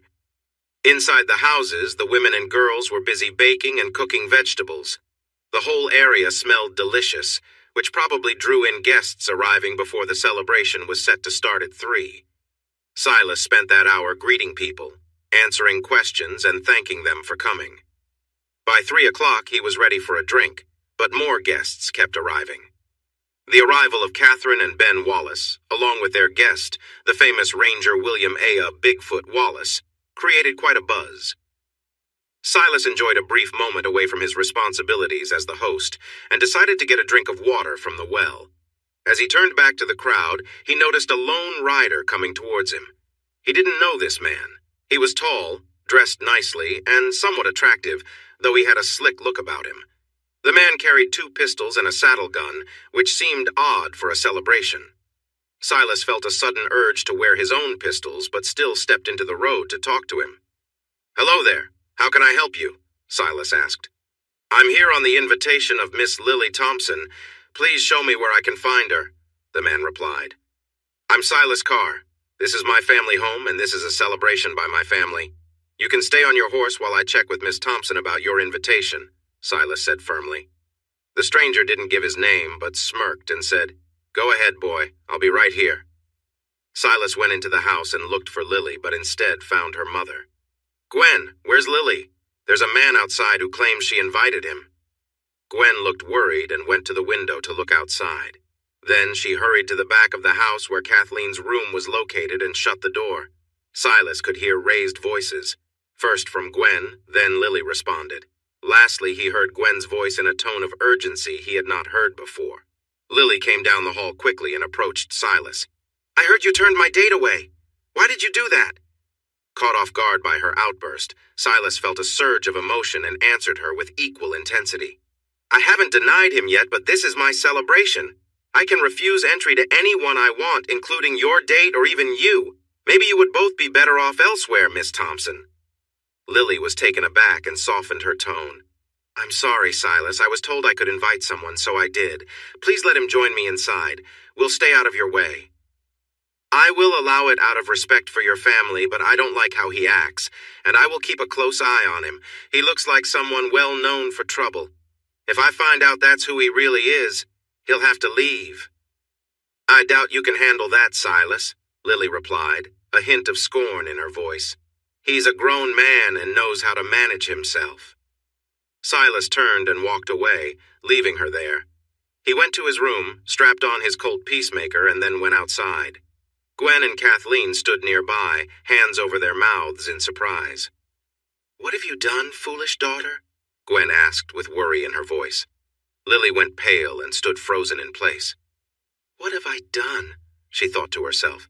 She had invited Billy Clement hoping to make Silas jealous, but instead she had made him very angry. Now he was walking outside to confront Billy. She quickly left the house. Billy was still on his beautiful horse, looking confident in his well-fitted suit as he smiled down at Silas, who spoke in a serious tone. She called out, "Hello, Mr. Clement. I'm so glad you could come. Please join me inside for a cup of tea." Silas and everyone listening understood her invitation as a way of rejecting him. She was trying to ease the situation and keep Silas from being hurt, but no one saw it that way. She received unfriendly looks from the crowd, especially from Silas, making her feel small. Nothing is going as I planned, she thought. Things got worse when Billy walked over, touched her arm, and greeted her with a kiss on the cheek. After she regained her composure, she noticed the disappointment on her mother's and Kathleen's faces. They turned away, clearly upset with her and her guest. Feeling embarrassed, she took Billy to the kitchen to introduce him. He tried to charm the women and girls, but they only responded coolly. Lily realized she had made a big mistake, but she felt there was nothing to do but wait it out. Hoping for a warmer welcome outside, she led him through the back door. Unexpectedly, he took her arm as if they were a couple, walking confidently toward the gathering. She spotted Silas holding a drink, but he turned away when he saw her approaching with Billy. So she decided to go to Lorenzo, hoping for a friendly greeting. Lorenzo didn't seem happy, but he shook Billy's hand and said hello, which was more than anyone else had done. As Lily looked for a place for them to sit, she heard a loud voice. "Billy Clement, what are you doing here?" Ben Wallace stood up, and just behind him was his fellow ranger, Bigfoot Wallace, who was a very large man. He glared at Clement, who immediately said, "I'm here by Miss Thompson's invitation. I'm not looking for trouble." Ben Wallace gave Lily a disapproving glance, but said, "Make sure you don't. I'm not sure if you have any issues waiting for you, but if you cause any problems, William and I will take you back to San Antonio. Got it?" Clement nodded, but Lily could feel the tension in his body, even though they weren't touching. She looked at him and quietly said, "It seems like we aren't welcome here. Maybe you should go." Clement looked at her with a serious expression that she had never seen on his usually friendly face. She watched as he softened, placed his hand over hers, and returned to the charming manner he was known for in San Antonio. "That's not needed, Lily. I see why they might be jealous. I'm with the most beautiful woman here. Who wouldn't be jealous? Let's just enjoy a drink together." He went to the table, got 2 cups of punch, and then took a flask from his suit pocket. "I'll add a little something to make the punch better, and we can sit and chat for a while." She wanted to say that she didn't drink alcohol, but he had already poured it. Looking around, she noticed her mother and best friend, Kathleen, watching her with clear disapproval. She hesitated, but remembered her goal for the evening, to show that she could handle herself in any situation. She believed that was the kind of woman someone like Silas would admire and want in a partner, so she took a sip. When she looked over her cup, she met Silas's gaze and saw only disappointment. This was not how she had planned it. He had not noticed the beautiful dress she had custom-made for the occasion or the hairstyle that showed off her neck and shoulders. Instead, he was giving her a look filled with disapproval, while Billy leaned in to whisper that he wanted to have some time alone with her. Had she misjudged Silas so badly? She had been able to play boys at school and around San Antonio against each other, and she thought she could do the same with Silas. She had picked Billy Clement, known as a charming troublemaker, because she believed that would make Silas want to compete for her attention, giving her the upper hand. She briefly wished she hadn't made a mistake, but decided to stick to her plan. She fluttered her eyelashes at Billy and giggled, pretending he had said something funny instead of disrespectful. He took that as a sign to get up, so she stood too, confused. He took her arm, and they walked away from the party towards the barn beside the house. She allowed him to lead until she saw what he was thinking. Did he really think she would go into the barn with him? What would he think of her? What would everyone else think? She stopped and asked him where they were going. He replied in his most charming voice, "I thought we could take a walk away from everyone and get to know each other better. I can see that you want to take our friendship to a different level." She looked him right in the eyes and said, "No, Billy, you are my guest, not my close friend. That will never change, so please forget that idea. We can return to the party and try to enjoy it, or you can go. I won't be going anywhere else with you because we are only acquaintances, and that is all we will ever be." His expression turned cold and tense. "So I am just here to make someone else jealous. That guy, right? I have seen the way you look at him. Let me tell you, he dislikes you now. He and the other men here know who I am, and inviting me to his celebration is disrespectful. He won't want anything to do with you, and neither will the others. You might as well come with me because your reputation is damaged by what you've done today. Lily turned pale at his words, more scared they might be true than angry at his rudeness. How could she have misjudged the impact of inviting him? He was known as a bad boy, which made him appealing to many young women and even some older ones. At the ball where they first met, she thought she could manage him easily. But here he was, holding her arm tightly, insisting she leave with him because she had already harmed her reputation just by being near him. She had no wish to be with him at all. There was only one man she cared about, and now it seemed she had ruined her chances with him forever. She tried to pull away, but Billy held her in place and said, "It's time to go. We aren't wanted here." He pulled her closer and kissed her. She fought back, but when he pulled away, he smiled and said, "Tonight we will channel your energy in a different way." She slapped him hard with her other hand. He laughed and started to pull her toward his horse. Suddenly someone grabbed his shoulder, turning him back to the party where everyone was watching. Angrily, he let go of Lily and quickly reached for a hidden weapon with the intent to confront her friend. Just before he could aim, a shot rang out, hitting his hand and making him drop the weapon. He winced in pain, holding his hand tightly. "Did you really think I wouldn't notice you were left-handed, Billy?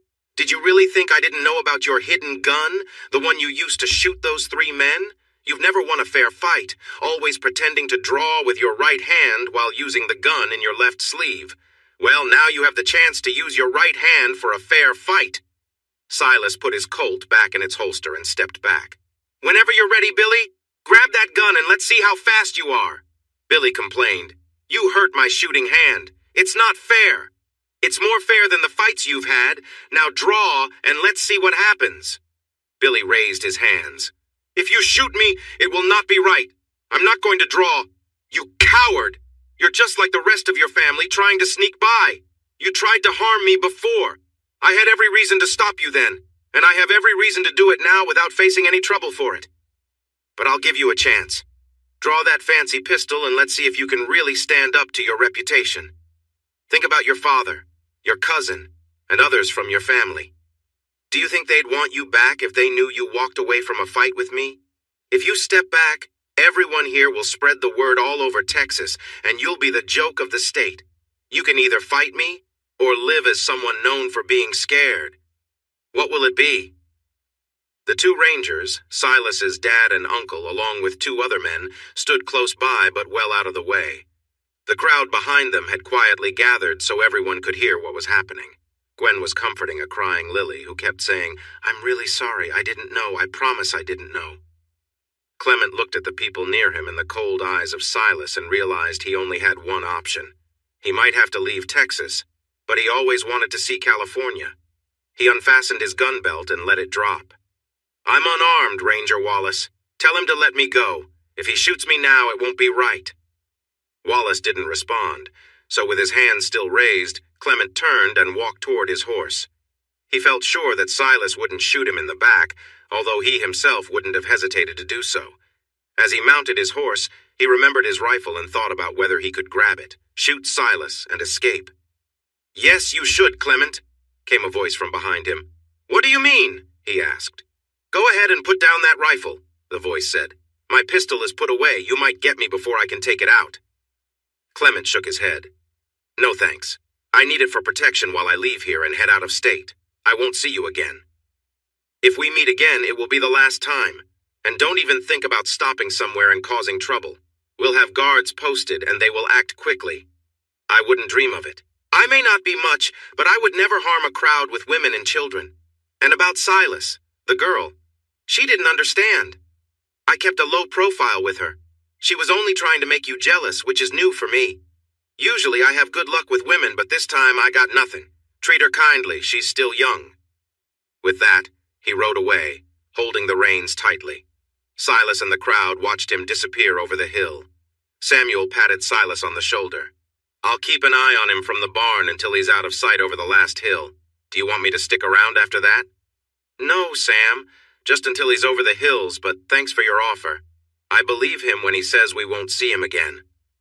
Sam hurried up into the loft, and Silas turned back to the crowd that was still gathered. "You traveled from all over for this, and my family and friends have prepared a lot. Let's put this behind us and enjoy our time together. We have plenty to celebrate, and I appreciate every one of you for coming. Now, let's go back and have a party." They all turned and started chatting excitedly among themselves. His dad and Ben Wallace clapped him on the shoulders, and Ben said, "You did well. Handled that as best as it could be, while also getting rid of a troublemaker. Now, you should come and enjoy your celebration."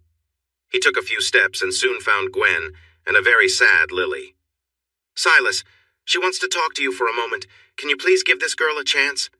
He sighed deeply, but Gwen's worried look and Lily's tear-streaked yet lovely face were hard to resist. He turned to Lily, who was looking down. Gwen joined the two men and walked away, leaving Silas and Lily alone in the spotlight. "Silas, I'm really sorry. I promise I didn't know who he was. He was just a charming man that everyone was always talking about, saying he was a bad boy.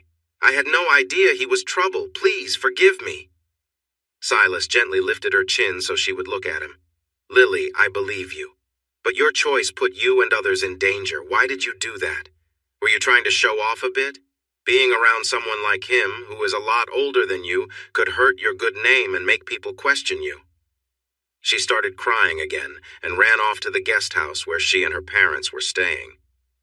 Silas felt confused by how she reacted to his kindly spoken words. He noticed the disapproving looks from his sisters, his mother and Lily's mother, who followed her away. "You have a lot to learn about the girls, son," said Bigfoot Wallace as he joined the Rangers, his dad and uncle. "But you handle the troublemakers pretty well." Uncle Lonnie put his arm around Silas and said quietly, "I bet before this night is over, someone will tell you what Lily has been up to. Just remember, even if she acts grown-up, she's still a young girl, and that can be tough. To make it even harder, she was her daddy's little girl. After he was gone, she focused all her feelings on the person who saved her and her mom and wanted to take action against those who hurt him. Like it or not, you two have a special connection. Even when she makes mistakes, remember that in her heart, she may want to see that connection grow into something even deeper. If you're not ready for that," he added with a grin, "I suggest you look for a place far away, because she won't give up easily."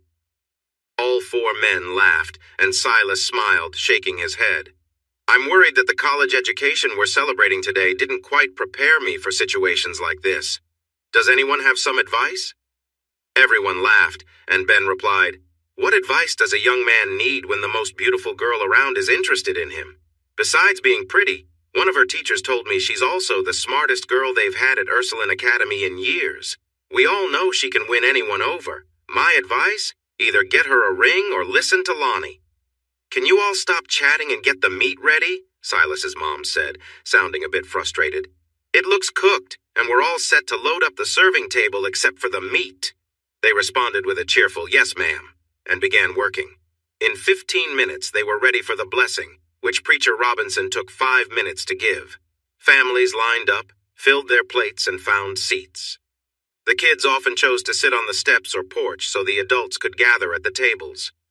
A calm but nicely dressed Lily returned to eat with her family. There was enough space for Kathleen and Mary Jane to join her after serving. The plates were heaping, but there were plenty of seconds, and even those who said they couldn't eat more managed to make room when the desserts came out. Silas had read about long French meals during family gatherings, and for the first time it made sense to him. After about an hour and a half, Silas suggested starting the cleanup when Ben Wallace climbed up on a bench under the big oak tree and called for attention in a loud voice. When some on the edges didn't hear, Bigfoot roared for quiet, and it worked. "We're here to celebrate a young man we all know and are proud of, Mr. Silas Carr, for earning his university degree. Let's start with a round of applause for him, and then we can share some stories about our friend." The applause stopped when Silas finally stood up to acknowledge it and said thank you to everyone. Ben continued, "Most of you know about his adventures in this area. There's the incident with Josiah Hayes and his friends after the tragedy involving Professor Thompson and the situation with his wife, Gwen." He nodded toward Gwen, who waved. Josiah's father, one-armed Elijah, was angry and brought his group right here, demanding they hand over the one who confronted his son. All the men were with me, off looking for him and the others. Silas faced him, and when he wouldn't back down, Silas took action. The good people here helped when things got rough, and the only survivor was the son Jefferson, who chose not to fight back against the boys and women. He is now one of Silas's closest friends, and missed this gathering because he is on his honeymoon in Mexico. There was loud applause again, which continued until Silas stood up, raised his hands, and said, "I didn't do any more during the Hayes gang incident than Samuel over there, or my mom, sisters, brothers, or the other women and children who stood strong. Everyone did their part, and they were brave, just like Miss Lily Thompson, who was only 14 when we faced Josiah Hayes and his men. She is an excellent shot with her rifle, and to this day, we don't know who among us took down Josiah. It doesn't matter. She was brave and determined that day." This last comment about being determined made the crowd laugh, and Gwen stood up. "It's my turn. Yes, my daughter was strong-willed that day because she doesn't give up easily, and she always believes her way is the right way." After the laughter faded and Lily's blush lessened, Gwen said, "As it happened, she was right about where they were keeping me, and her confidence helped Silas arrive just in time to save me. I owe my life to her and Silas. But there's another part of the story you might not know. This part happened in Dogtown when we went to get supplies and inform the sheriff about what happened." From the back, a man yelled, "Oh, I was there at the general store, and I can support what she's about to share, even if it sounds hard to believe." "Thank you, John. It does seem hard to believe that an 18-year-old would stand up to a dangerous man with 2 guns.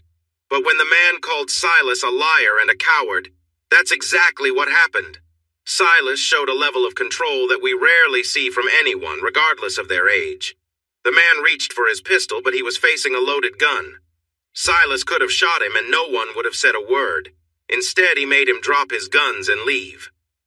John stood up in the back and shouted, "Fastest draw I've ever seen. That old peacemaker was steady in his hand. Clyde knew he was in trouble, and like Gwen said, most people would have acted differently. But Silas made him face the situation and drop his gun belts. He's a hero in Dogtown."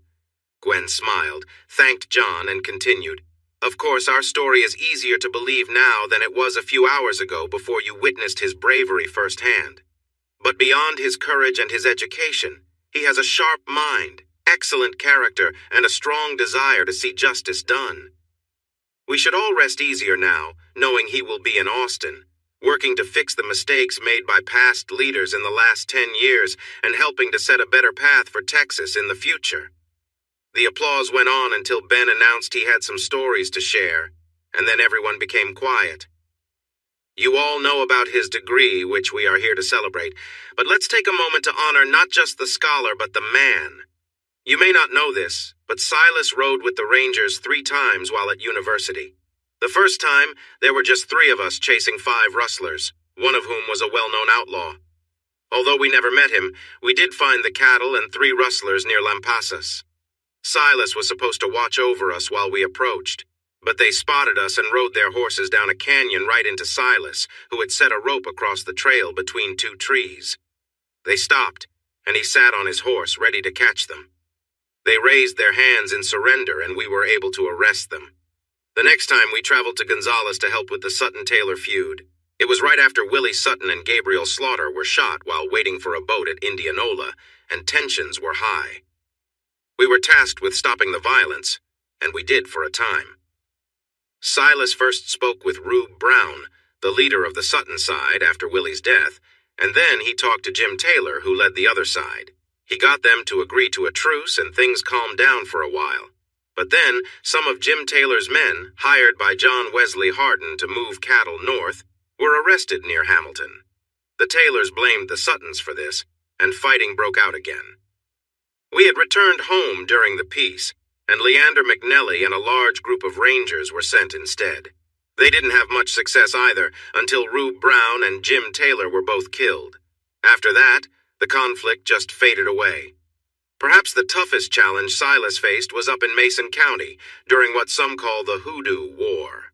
The Anglo settlers in the north and the German settlers along the Llano River clashed over stolen cattle, and at least 12 men lost their lives. Governor Richard Hubbard ordered Major Jones and me to gather Company D of the Rangers, along with any law-abiding citizens willing to help, to ride to Mason, stop the violence, and bring justice to those responsible. Silas was the youngest in our group, but he stood strong in tough situations.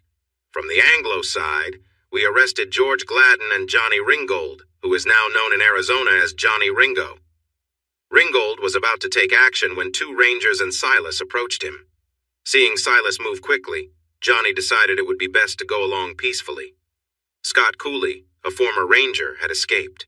He had a troubled past, having taken the lives of several German ranchers who were involved in a serious conflict that led to the loss of his adopted father.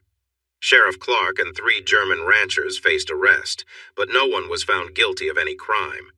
Unfortunately, all the records were destroyed when the courthouse was burned down. Many difficult lessons were learned from that struggle and the Sutton-Taylor feud. Those who lived through it know that a civil conflict can be the most painful, as feelings run very deep. Silas witnessed this reality. Both sides believed they were justified, and perhaps they were, yet their actions against each other were unjust. Though he is still young, Silas has experienced much that many older people have not. I believe the wisdom he gained will guide him well in the future, and I am sure he will have a bright path ahead. One thing is clear. If he chooses not to practice law, a future in law enforcement is open to him. Everyone chuckled, but then Ben continued. Silas will work for the Attorney General of Texas, who is a former Ranger himself, dedicated to fighting corruption and standing up for what is right. So the person we honor today will be in a good place with a good leader. Now let's bring him up here with a round of applause and hear from him. I truly appreciate your kind words, Ranger Wallace, and your careful choice of stories. We had some adventures beyond those mentioned, but I was well looked after and I learned a lot. I'll be honest, I'm torn. I've just completed my university degree and passed my exams. Now, I've secured a job with an attorney general I respect. This role gives me the chance to help tackle the lawlessness in Texas, which isn't just about thieves. Some are also robbing the state of Texas and its people by twisting our laws to benefit themselves. The governor and lawmakers are working to change these laws, and I am eager to help law enforcement across Texas apply these new fair laws. However, part of me longs to return to South Texas to be with the wonderful friends and neighbors who are here tonight. My dad refers to this as hard scrabble farming, but to me it represents the finest people bringing life and nourishment from challenging land. This seems like a higher calling than being a lawyer. So let me conclude with my heartfelt thanks to those who raised me well and worked hard to send me to school, including these 2 Rangers and their families. They do important work every day. Let's raise a glass to hardscrabble farmers and ranchers, men and women alike. Silas lifted his beer, waved it to the crowd, and took a sip. The audience loved it, and their cheers echoed for several minutes. After hearing his words, Silas invited everyone to join him at the quad for some dancing to the band. He stepped down from the bench but let others move ahead of him. His mother grabbed his arm and said, "Hold on a moment, Silas. We need to talk to you." When he turned around, he saw Kathleen and Gwen with her, all wearing worried expressions. Kathleen seemed to be the one who would speak first. She cleared her throat and began. "Silas, we all care about you a lot, and we're stepping in because we care about you and Lily. You need to understand how deeply Lily loves you. She fell in love with you when you helped during her father's funeral. Then you saved her and her mother, not just once, but twice. That's why we've shared updates about her. She wanted you to see how she has grown." Kathleen, how does dating lots of boys and men show that she's grown up? Inviting someone like Bill Clement to a party, how is that showing maturity? Gwen jumped in. None of those things mean she is mature. She's 18. Silas, the same age you were when you went to university. To put it simply, she wants you to notice her. She is popular because she wants you to see that people admire her, not just as your friend. She invited someone she thought would make you feel jealous, someone older and more appealing, thinking that would grab your interest. It was her way of showing you that others find her special, hoping you'd think of her differently instead of just a sister. Silas scoffed. So she thinks playing games is the way to my heart? That seems very childish. I'm not ready for a serious commitment, but when I am, I want a partner with depth. Someone respected for her intelligence and character, not just for her looks. Honestly, I was much more impressed to learn that she is at the top of her class than just being the belle of every ball, which is all I've heard from you, Kathleen. With a sigh, Silas continued. It worries me that she can't see through Bill Clement. As an assistant attorney general, I cannot be with someone who is drawn to troublemakers or those with bad reputations. No, it's not just about her poor choice in friends. She simply isn't the grounded and focused person I need in my life right now. She flits around like a butterfly instead of being more steady. Maybe one day in the future she will be, but not right now. Besides, she will be in San Antonio finishing her schooling, and I will be in Austin starting a new job. This means we won't have much time to be together. Son, I understand how you feel. I'm sure everyone does. But there are some things I want you to think about. As for being manipulative, that seems to be in the nature of women. I influence your father, Gwen influences Lorenzo, and we have both tried to guide you. So has Kathleen. It's how a woman can gently steer a man without any conflict. It's not surprising that Lily, who is smart and attractive, would try to influence someone she cares about most. We all agree that your concerns are valid. However, we want you to see that she was just trying to show you her best side.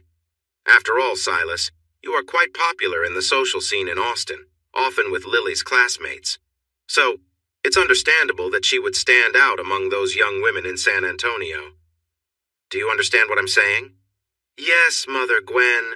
Kathleen, each of you made good points, and I see you care about me and Lily. I'll be honest, I stopped thinking of Lily as my little friend a long time ago. In fact, I can say without doubt that she is the most beautiful girl I've ever seen. When you add her intelligence, quick wit, sense of humor, and ability to charm anyone she talks to, you get a nearly perfect young woman. I would love to take her out on dates. I would be proud to have her by my side anywhere. But it seems Lily wants more than that, and I don't want to rush into anything right now. She tends to act quickly and make decisions without having all the facts.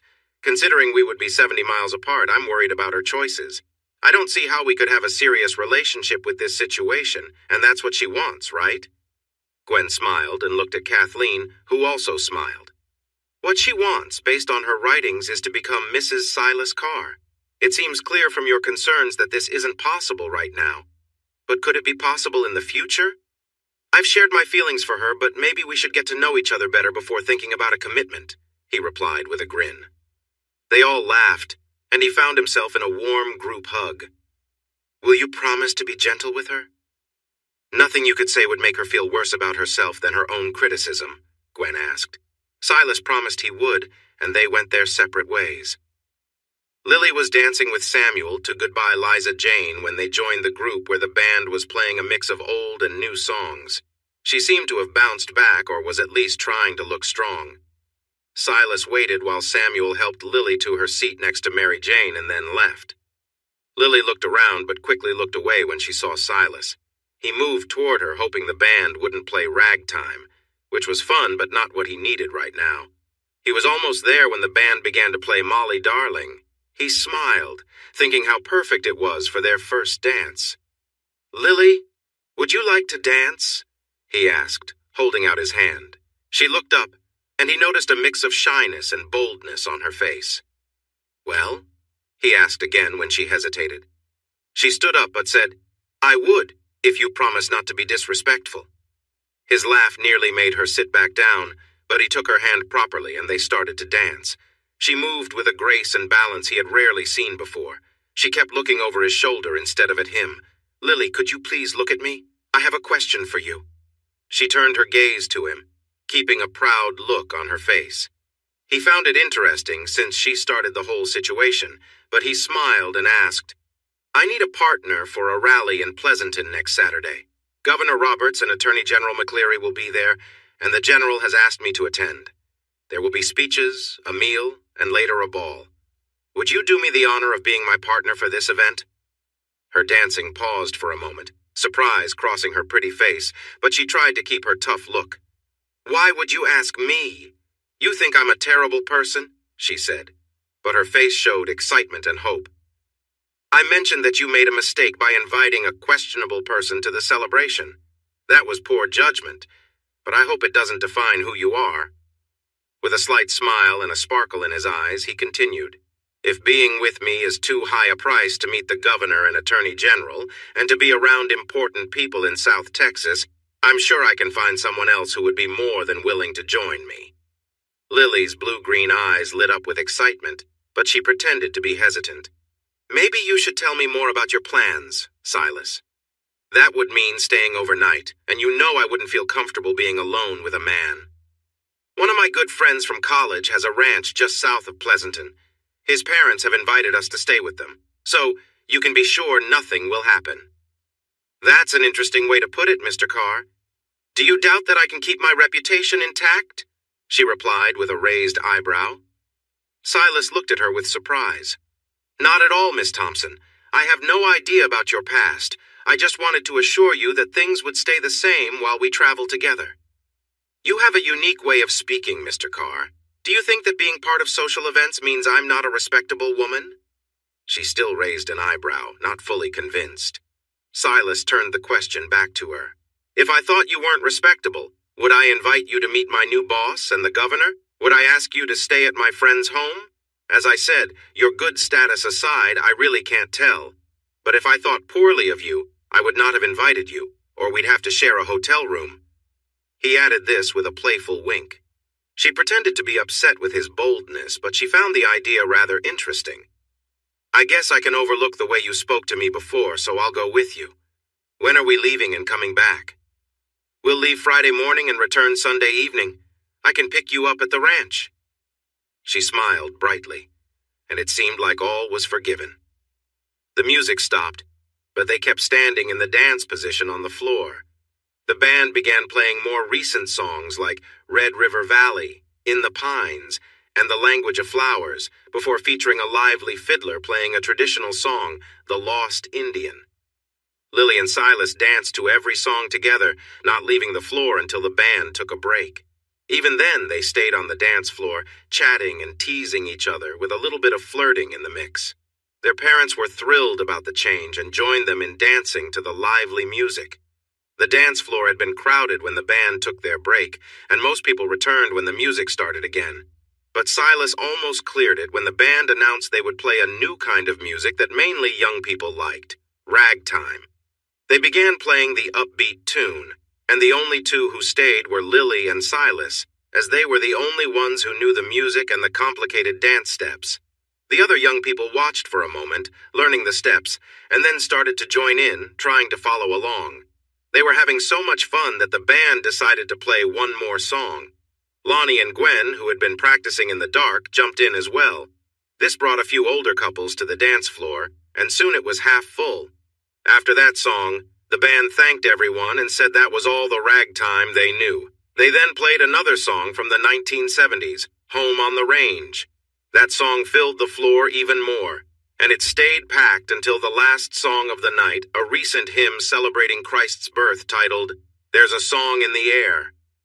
Everyone sang along instead of dancing, and when it was over, people exchanged goodbyes, some heading home, others camping nearby, and a few who lived close by. In all the excitement, everyone lost track of Lily and Silas. They had slipped into the barn and climbed up to the hayloft, where they sat on a bale, watching the three-quarter moon rise in the east and chatting comfortably. Silas was becoming more captivated by the smart, funny, and beautiful girl beside him. He had dated many girls during his 4 years at university, but none had ever caught his attention quite like her. Just hours earlier, he had been upset with her, but now, as she laughed and tossed her shiny hair, he struggled to remember why he had been angry. Lily felt like she was in her own little paradise. From the moment she had seen him digging her father's grave, wrapping him gently in canvas, and inviting her to read from the Bible, she had been taken by Silas. Spending time with him while living with the Carrs before he went to university had only deepened her feelings. He was 4 years older and on his way to university while she was still a skinny girl, but she promised herself she would become the woman he would see as his equal, partner, and true love. She had made mistakes and faced challenges, but every moment with him taught her what he wanted and expected. Now she was about to spend 3 days and 2 nights with him. While meeting the governor and attorney general was exciting, it was not what truly mattered to her.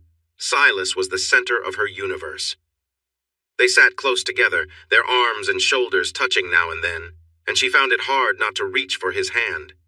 A shooting star sped across the sky, and they pointed and gasped in surprise together. Silas leaned against her and whispered in her ear, "When you see a shooting star, you're supposed to kiss." She looked at him in surprise, afraid he might be joking, she kept her eyes open until just before their lips met. The moment their lips touched, they both felt a strong feeling, something new and exciting. It was like a spark, but they weren't sure what it was. Neither had felt anything like this before, nor had they heard of it happening to anyone they knew. This strange feeling pulled them closer until her lips parted with a soft sound, and Silas kissed her more. She had never expected to feel this way. Whatever she thought she knew seemed to fade away, and her body responded instinctively. When Silas pulled back from the kiss, he whispered, "You are filling my mind with so much, Lily."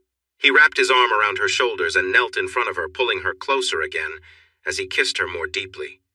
She gave a soft sound, feeling warmth inside her as his kiss ignited a fire within her. Just then they heard a voice nearby. "Lily, Silas, are you in the loft?" Neither of them reacted right away, caught up in the moment, but they realized someone was close.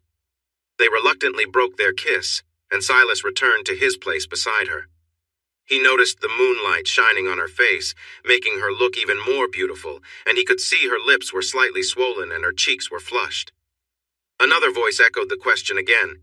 "Silas, Lily, are you in the loft?" Silas cleared his throat and said, "Yes, we are. You can come up if you want." He turned to the ladder and saw Kathleen appear, followed by Samuel. As Kathleen approached, she asked, "Did you two work out your differences? I don't like seeing you argue." But when she got a good look at them in the moonlight, she paused, covering her mouth in surprise. Samuel stood next to her, puzzled at first, then laughed, looking between them and Kathleen. "It looks like they made up, Kathleen, or maybe they had a little fun." Kathleen's expression went from shock to joy, and she started to laugh along with Samuel. The two almost lovers looked away, feeling a bit guilty, which only made them laugh more. "We're sorry. We had no idea. We just wanted to see how you were doing. Now that we see you are okay, we'll go back downstairs so you can carry on with whatever you were up to." Kathleen's words made Samuel chuckle even harder. "Carry on with whatever you were up to. Oh my goodness." Lily and Silas exchanged glances and joined in the laughter. Silas said, "Actually, your arrival was quite timely. We just saw a shooting star and shared a quick kiss that made things feel a bit awkward, and—" Samuel bent over, laughing, and looked at Silas. "You shared a quick kiss that made you awkward. I can see that, my friend. You definitely look awkward." Silas quickly closed his legs and blushed under the moonlight. Kathleen laughed even harder, and he felt embarrassed. Lily stepped in to help him. "All right, you two need to stop teasing us or I'll share stories about the both of you." Kathleen gasped, and Samuel looked shocked. Seizing the chance, Silas asked with a frown, "And what stories would those be? Surely you two have—" Samuel stood confidently, concerned yet unafraid. "We were going to share them tonight after the dance. You would have seen us dancing together all night if you had noticed your partner." "The very partner you were quite harsh on earlier," Kathleen chimed in. "The partner who claimed she was done with you once she realized how unfair you could be. Yet just hours later we find you doing who knows what in a dark barn. It seems your words don't match your actions, brother, and that your promises come and go, Lily." Lily gave her a look before turning to Silas, starting, "Silas, your sister and your friend have fallen for each other. I can see that for myself. No need to say more. I'm sorry if I wasn't paying attention earlier. Today has been a lot. So, do you two have plans now?" Samuel put an arm around Kathleen, drew her close, looked her in the eyes, and said, "I told you he would be fine with it. Now can we start making plans? Our parents already know how we feel, and your father even asked, 'What are your intentions for my daughter, young man?' I could tell he was joking because he and my dad laughed when they saw my red face." "As I understand it, Mr. Townsend, the next move is yours," Kathleen replied, raising an eyebrow. Samuel nodded. "All right then." He knelt down and took her hands. "Kathleen Carr, will you marry me?" In the soft light of the moon shining through the loft door, Silas and Lily could see both their faces clearly. Kathleen was as serious in her response as he was in his question. They both looked sincere as she gave her answer. "Yes, Samuel Townsend, my love, I will marry you." Samuel stood up, reached into his pocket, and took out a beautiful ring with a single diamond shining in the moonlight. "This was my grandmother's ring." She told me before she passed away that I should give it to the love of my life and remain faithful to her, just like her husband was to her. I promised her then, and I promise you now, I will always be faithful to you, for you are the love of my life." Kathleen pulled him close and kissed him sweetly, sealing their promise to each other.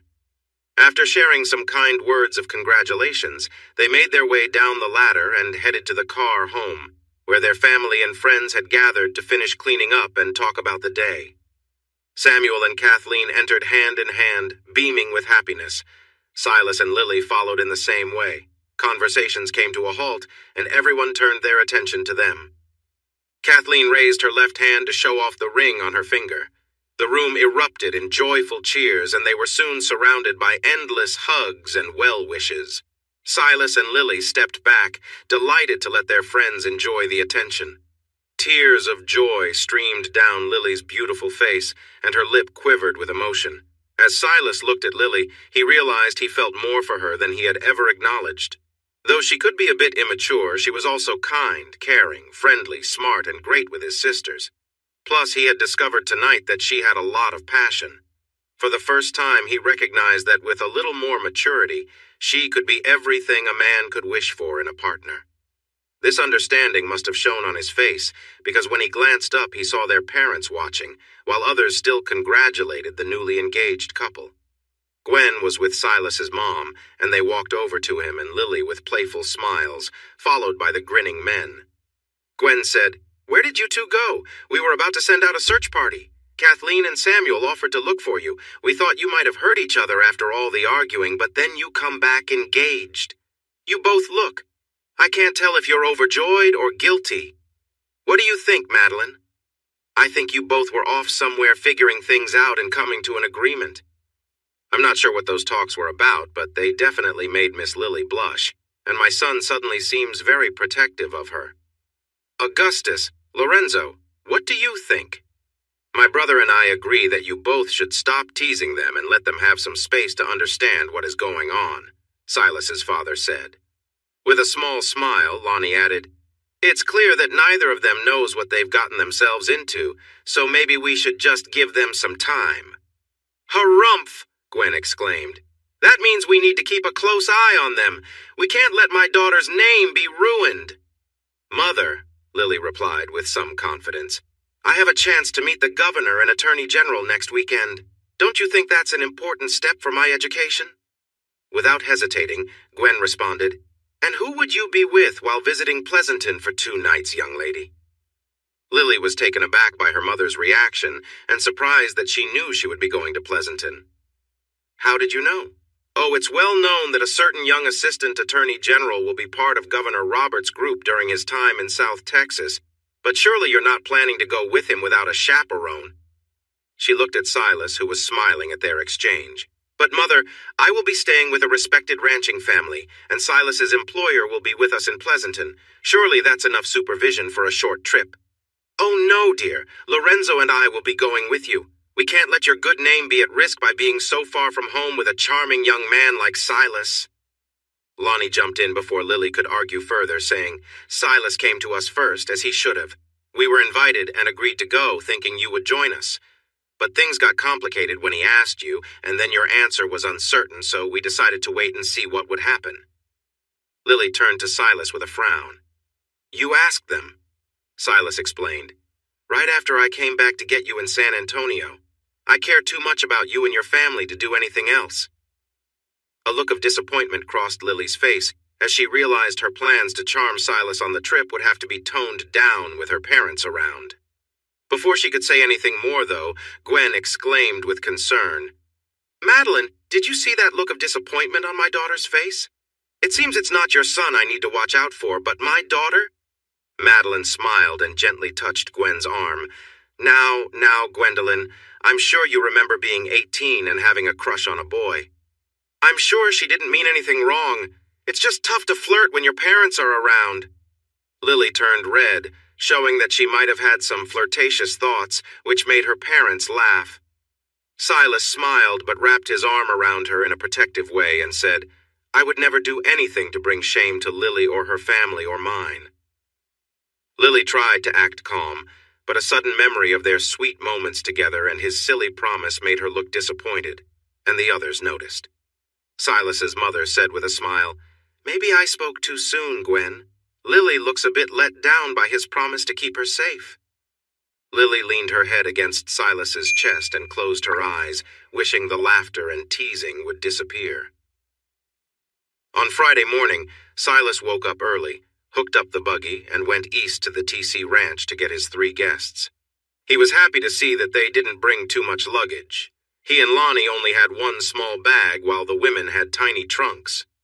The car's carriage was great for the journey, this time pulled by 2 horses because of the number of people and the luggage. They sat close enough to chat over the sound of the wheels on the rough road, and the shade made the summer heat easier to handle. They all decided to dress casually for comfort because of the heat and dust, promising to clean up and change into nicer clothes once they arrived at the Robbins Ranch, which had 3 indoor bathrooms. The trip from the TC Ranch to Pleasanton was just over 20 miles, so they wouldn't have to change horses but would need to stop for breaks along the way. The 2 matching Morgan horses were used to the Texas heat, but stopping for shade and water would keep them refreshed for the longer ride, so they made sure to stop at every creek for a drink and rest. They arrived around noon, just as expected, and their hosts had lunch ready for them. They apologized for their casual, dusty clothes, but Mrs. Robbins smiled and said they understood. After all, they were ranch people from South Texas, not city folks. They looked just as casual, but without the dust. After a chance to freshen up, they gathered for the meal. Even though Gwen and Lily didn't feel their best, they still looked lovely, and Andrew, his younger brothers, and even his dad, Robert, had a hard time taking their eyes off them. Mother Robbins, who was quite charming herself, watched with a smile as she and her daughters admired the carmen. The meal of roast beef with mashed potatoes and green beans, all sourced from the ranch, was delicious. The conversation flowed easily, making everyone feel relaxed and engaged. After the helpers cleaned the table, following local custom, everyone headed to their bedrooms for a short nap. The summer sun was strong down south, and while the southeast breeze felt nice, it also carried moisture from the Gulf, making the afternoons both hot and sticky. When it cooled a bit in the early evening, they enjoyed a tour of the nearby pastures and fields of the ranch, which was quite large. The men rode horses, while the 5 women traveled in a big open carriage. The landscape featured rolling hills covered in grass, with groups of oak trees scattered throughout. The ranch had a stretch of land along the Atascosa River, where clusters of oak, Texas sycamore, and pecan trees grew almost continuously by the riverbank. To the north of the house, close to the river, there were fields of vegetables and cash crops. A special dam extended into the river to help draw water into an irrigation system for the farming. Silas remarked that their ranch was one of the most beautiful and well-kept he had ever seen. Lonnie, a former soldier who had traveled more than Silas, agreed. Gwen and Lily admired the land's beauty and usefulness, but they were mostly impressed by their nicely finished and furnished home, which had conveniences not often found in Texas. Dinner was simple and delicious, featuring strips of cooked beef, lettuce, and tomatoes wrapped in corn or flour tortillas. This dish, known as carne guisada tacos, was a favorite in South Texas. After the meal, they gathered on the wide porch on the south side of the house to enjoy the evening breeze and chat. Lily tried to find a reason to go for a walk with Silas, but nothing came up. She went to bed at 10, feeling disappointed. Another day with him meant only friendly banter. Her chances were slipping away, especially since she would stay at the TC Ranch while Silas would return to the settlement. Lily knew she needed to make progress with him the next day, or she would miss out on a chance that rarely came along. Breakfast was served at 8 a.m., after which everyone made plans for going to Pleasanton for the governor's rally that afternoon. Once those plans were made, everyone was free to do as they pleased. Lily took the chance to ask Silas for a walk, and he readily agreed. She managed to lead them away until they were hidden behind the barn. Stopping in the shade of a large oak tree, she turned to him, placed her hands on his arms, looked into his eyes, and said, "It feels like we haven't had any time together, Silas. I was hoping we could get to know each other better during this trip." He responded with a serious tone, but a hint of playfulness in his voice. Oh, I think we are getting to know each other better, Lily. I've had the chance to see you in different outfits and situations, interacting with people of all ages that you just met. I've observed your reactions to the Robins' lovely home, the river, the fields, their irrigation system, and their cattle. I knew when I came here that you could easily win people over, just like Ranger Ben Wallace said. So I wasn't surprised at how well you connected with the Robins. Over the past day, I've also noticed that you have a curious and thoughtful mind. You are always learning new things, which I really admire. Lily was happy to hear his thoughts, but he was focusing on her personality and intelligence. She wanted to explore the feelings they had shared in the barn. With that in mind, she took charge. She held his hands and placed them on her waist, wrapping her arms around his strong chest to pull him closer. Tilting her head back a little, she looked up at him with determination and said, "That's great, but I've been waiting too long for you to kiss me." He smiled at her courage, leaned down, and kissed her. It felt just as exciting as their kiss in the barn. She seemed to share the same thrill as she gasped lightly and moved closer. She was surprised by her own boldness. How could she be so forward, urging him to kiss her? Yet her feelings took over, and she forgot all hesitation as they kissed. Their kiss was passionate, and he held her waist firmly. She pressed closer to him, feeling a warm rush of emotions that took her by surprise. Although she felt a bit embarrassed about being so forward, she found it difficult to hold back when they were together. Silas gently pulled away, catching his breath as he looked at Lily, who was blushing and unsure of what had just happened. "Lily," he said in a low voice, "I promise to respect your boundaries on this trip, but I worry I might break that promise if we don't stop now. You are so captivating that I'm struggling to think clearly. But we must pause. I have plans for you that go far beyond a moment like this, although I will admit I might dream of it. Let's calm down and head back to the house before your mother starts to worry." Lily's heart raced, and she found it hard to catch her breath. She wasn't sure if Silas could smell her incense through her dress and undergarments, but she could smell it, and she thought they would be damp once taken off. She looked at him in amazement. How could this young man stir her feelings when she easily turned away from others? After a few minutes, she regained her composure, and soon they were walking back to the house hand in hand. When they arrived, they found out a visitor had come with a message for Silas. He introduced himself as Bud Wools, a Texas Ranger, and told Silas that Mr. Ben Wallace had a message for him and Lonnie. "Captain Wallace wants you both to bring your gear to the rally today. He has heard a rumor that some people opposed to the governor might try to harm him. There are only 4 of us traveling with the governor, including Ben. The sheriff doesn't seem too worried about the danger, and we've called for backup from San Antonio, but they won't arrive in time. Will you help us?" They nodded in agreement, and Lonnie replied, "Of course. How soon do you need us?" Robert and Andrew were also listening and offered their help. "We would appreciate your support.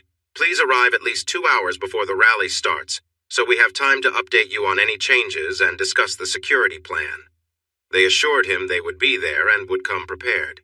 The new situation made the men and women adjust their plans to arrive 3 hours before the rally.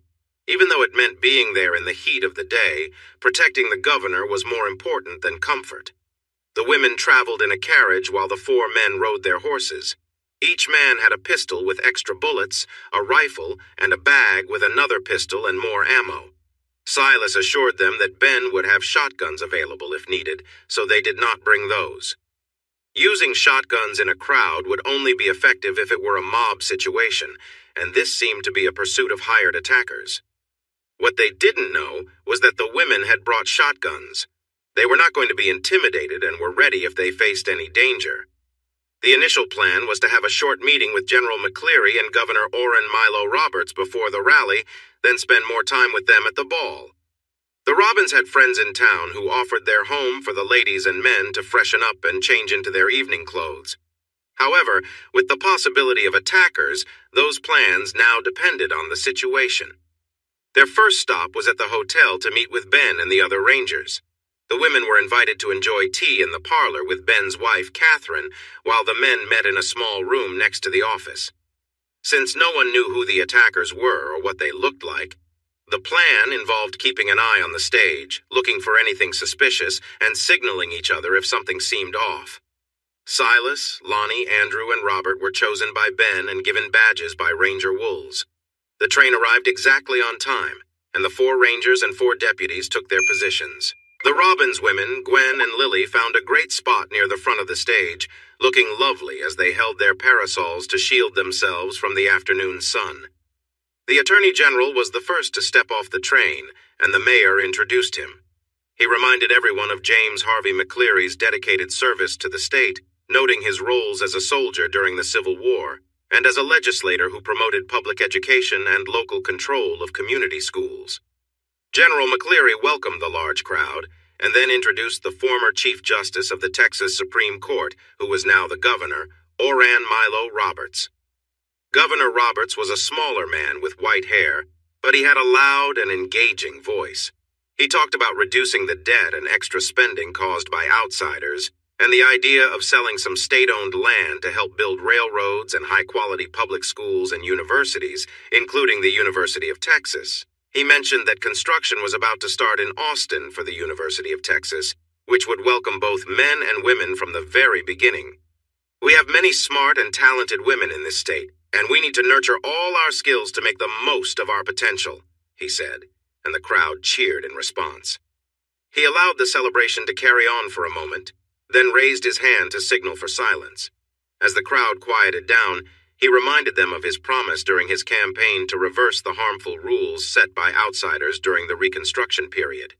He shared that his actions as Chief Justice and now as governor had upset those who had taken power and wealth by creating policies that benefited only themselves, and they had even threatened him if he didn't keep things as they were. He assured everyone that he would continue to work hard, unafraid, for the benefit of all Texans, not just a privileged few. The crowd roared in support, but Silas and the other watchers noticed a group of men among the crowd who did not seem supportive. The men broke apart and spread out. 3 moved toward the front of the stage, 2 headed to the back, and 1 went to the left side. Silas glanced around and saw the other guardians nod. They had noticed them too. Wools and another young ranger were standing right in the way of the 3 men moving to the front. Silas and Lonnie gently moved the people crowding the stage back a little. They did this to keep everyone safe and to have clear shots at the potential attackers if they moved forward. They concentrated on the immediate danger while leaving the other 3 men to the Robbins, Ben, and the 4th Ranger. What the Guardians didn't notice was a small man on the right side of the stage next to Lily. She saw that he had his hand inside his coat, as if he was getting ready to pull out a hidden weapon. She kept an eye on him while pretending to focus only on the governor. Governor Roberts finished his speech, asking for support for his plans, and then invited everyone to go to the park for free drinks and snacks. The crowd cheered again and began to disperse. The attackers saw this moment of confusion as their chance to act. The one closest to Silas took out his weapon and aimed at the governor, but Silas quickly drew his own gun and shot the man before he could fire. The second attacker had his weapon raised, but Silas's shot caught him under the arm, causing him to drop it. The third attacker in front of them was taken down by a series of shots from Lonnie and the 2 rangers. Silas quickly turned to search for more attackers and saw Lily strike a man's hand with her parasol, knocking his weapon away. When he bent to pick it up, she hit him on the head, making him fall to the ground. Silas then grabbed the man's weapon and held him down with his boot. During all the chaos, Silas thought he had heard 2 more shots from the left side of the stage, but it was hard to see through the confusion. Meanwhile, Governor Roberts and General McCleary remained calm, encouraging their guardians and accepting whatever would happen. As the shooting began, the crowd quickly scattered, leaving only the guardians and the downed attackers around the stage. Lily, Gwen, and the Robbins women stood firm, while the guardians took care of the injured attackers. It seemed none of the 8 guardians were hurt, but 7 attackers had been shot. The 8th attacker was still on the ground under Silas's boot. Silas glanced at Lily, who looked determined and still held her parasol like a weapon. It was unusual to see such a stylish and elegant young woman standing over the fallen attacker she had disarmed. Once things settled down, Ben confidently walked over to the Atascosa County Sheriff. "Do you still doubt the rumors, Sheriff? Today, your choice not to help with security could have led to serious trouble for the governor and many people." Silas had been following Ben. When the sheriff boldly defended himself and threatened the Rangers for putting the people of his county in danger, Silas interrupted, saying, "I will start my new job as an assistant attorney general on September 1st. My first action will be a complete review of the Atascosa County Sheriff's Department. I believe we will find links to these troublemakers, and then you will have a chance to arrest this man so I can take him to court." When Wools and the other two young Rangers went to the jail to take in the prisoner involved with Lily, they found a short resignation note with a silver star on top. California seemed to be drawing more attention. The gathering in the park began slowly after the earlier chaos, but the eager crowd returned stronger within an hour. Drinks were served, food was enjoyed, and the governor and attorney general shook hands with hundreds as they prepared to leave for the private ball. Around that time, a group of 6 Rangers from San Antonio arrived. After hearing what had happened and being warned about possible threats, they took on the security duties. The Cars and Robbins were sent home to clean up, while Ben returned to the hotel to change. "Good evening, Governor Roberts. May I present my guest for the night, Miss Lily Thompson," he said, opening his arms to embrace her. "It has been so long. You have become the beautiful woman your father always said you would be, and I hear I owe you my life." "Thank you, Governor, but Lily, you always called me Uncle Oren, and I expect you to keep doing that. Even though your father is no longer with us, I still see you as my niece." "Of course, Uncle Oren, I'm happy to do so. What I wanted to tell you is that my escort stopped 2 of the attackers, and my mother's new husband, Lorenzo Carr, stopped another. Andrew, Robert, and the Rangers handled the rest. I didn't do much. Without a doubt, my dear, I'm here because of their courage. However, they were armed while you only had a parasol. Your bravery shined bright today.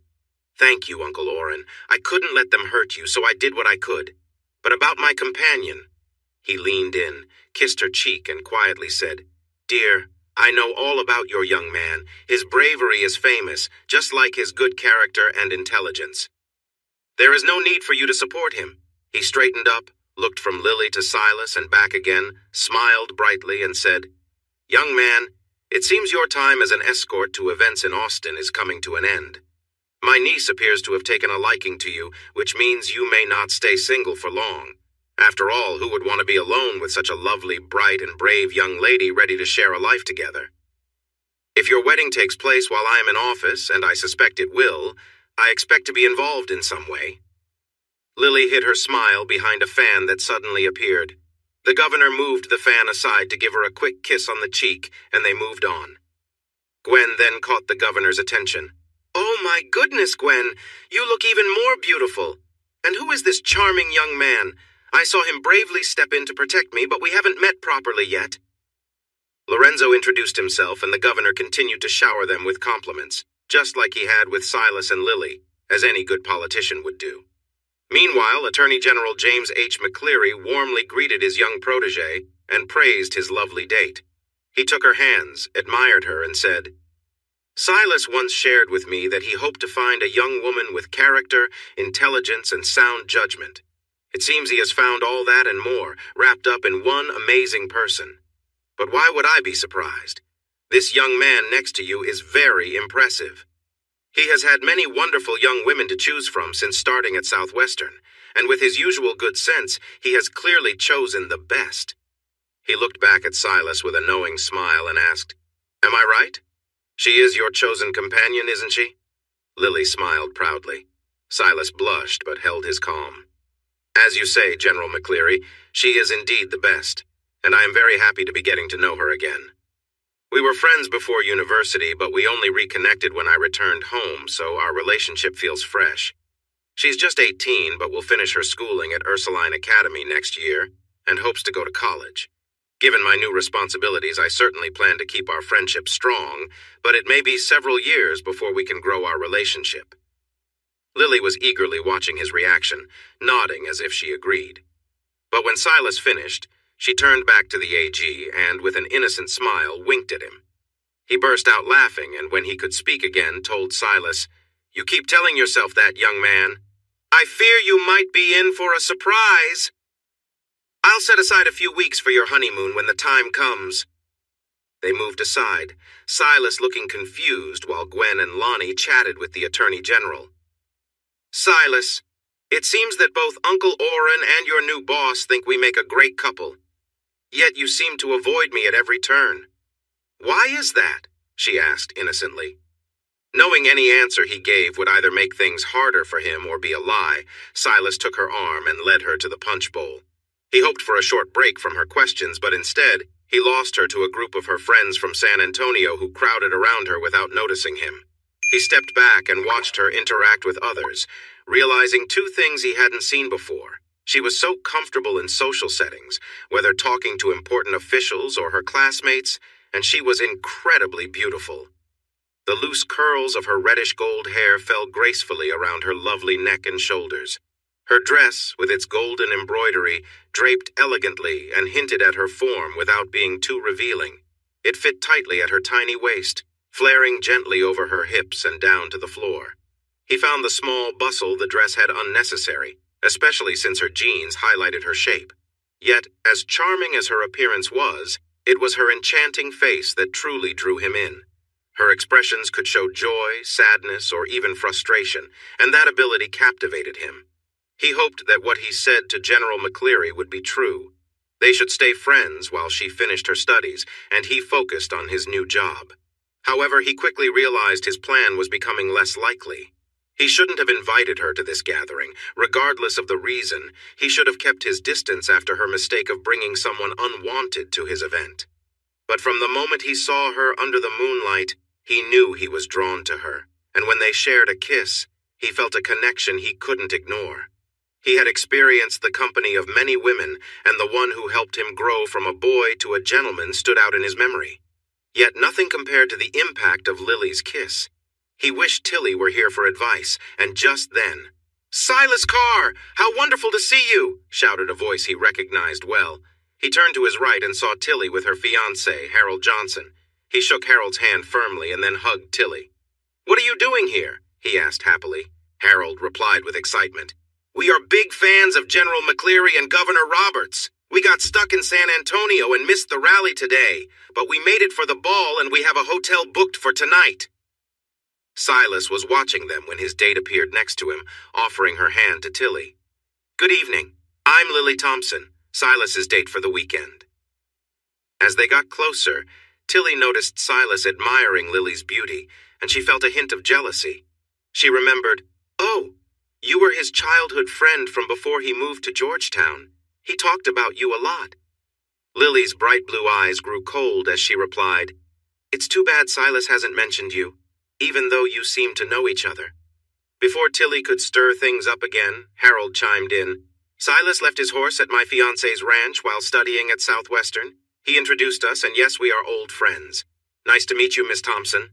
With Harold's help, Lily's jealousy seemed to fade, and she returned to being her charming self. She took Silas's arm and asked if they wanted some punch and snacks. Harold said yes, and they followed Lily to the table. Silas frowned at her unusual behavior until he saw Tilly's bright smile and twinkling eyes. "What have I gotten myself into?" he thought. He didn't plan for them to meet, let alone talk. Yet here they were, chatting animatedly. This could end badly for him, as Tilly clearly enjoyed what Lily wanted to know about their past friendship. Tilly was playing with Lily's curiosity, avoiding her questions and making Lily more curious. Luckily, the governor stepped onto the slightly raised stage and gave a short speech. Soon after, the band started playing and the dancing began. Lily was not shy with Silas. "Who is that amazing woman? Don't tell me she's just a friend. I noticed how you looked at each other, and it wasn't just a friendly look." As Harold explained, she let me keep my horse at her ranch. She pinched him and whispered, "Don't lie to me, Silas Matthew Carr. I can see in your eyes that she is much more than just someone who let you board your horse." Silas was worried about how to answer Lily's curiosity while protecting Tilly's good name. Just then, Gwen and Lonnie came to help. "Honey, let me dance with Silas while Lonnie dances with you. We old folks will be leaving soon, and we want to have this dance with you first." Lily was upset and felt tricked, but she had no other choice. She smiled and let Silas go, stepping into Lonnie's embrace. "So, Silas, who is she? We overheard Lily and thought we'd help you out, but I'm just as curious as my daughter," Gwen asked. "She is, besides being the woman who let me board my horse at her ranch, a close friend and mentor. She was important to me, but that's in the past now. Her husband has passed away, and she is getting married to Harold in September. I'll be at the wedding. What we had is behind us. You might want to practice that answer before you share it with my suddenly jealous daughter. What you had may be over, but the feelings seem to linger. Maybe being honest would be wise, but I suspect you are hesitant to reveal too much about your friend and mentor. Think carefully, my son. Lily may be young, but she isn't naive.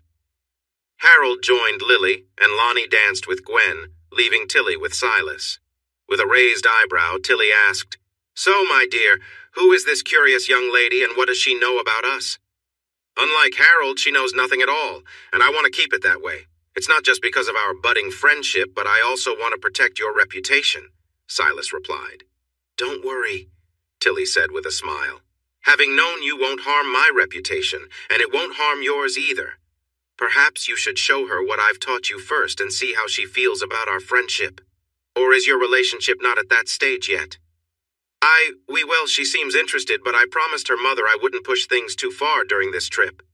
From how her mother looks at you, even if she is expecting, she might encourage you to explore this connection.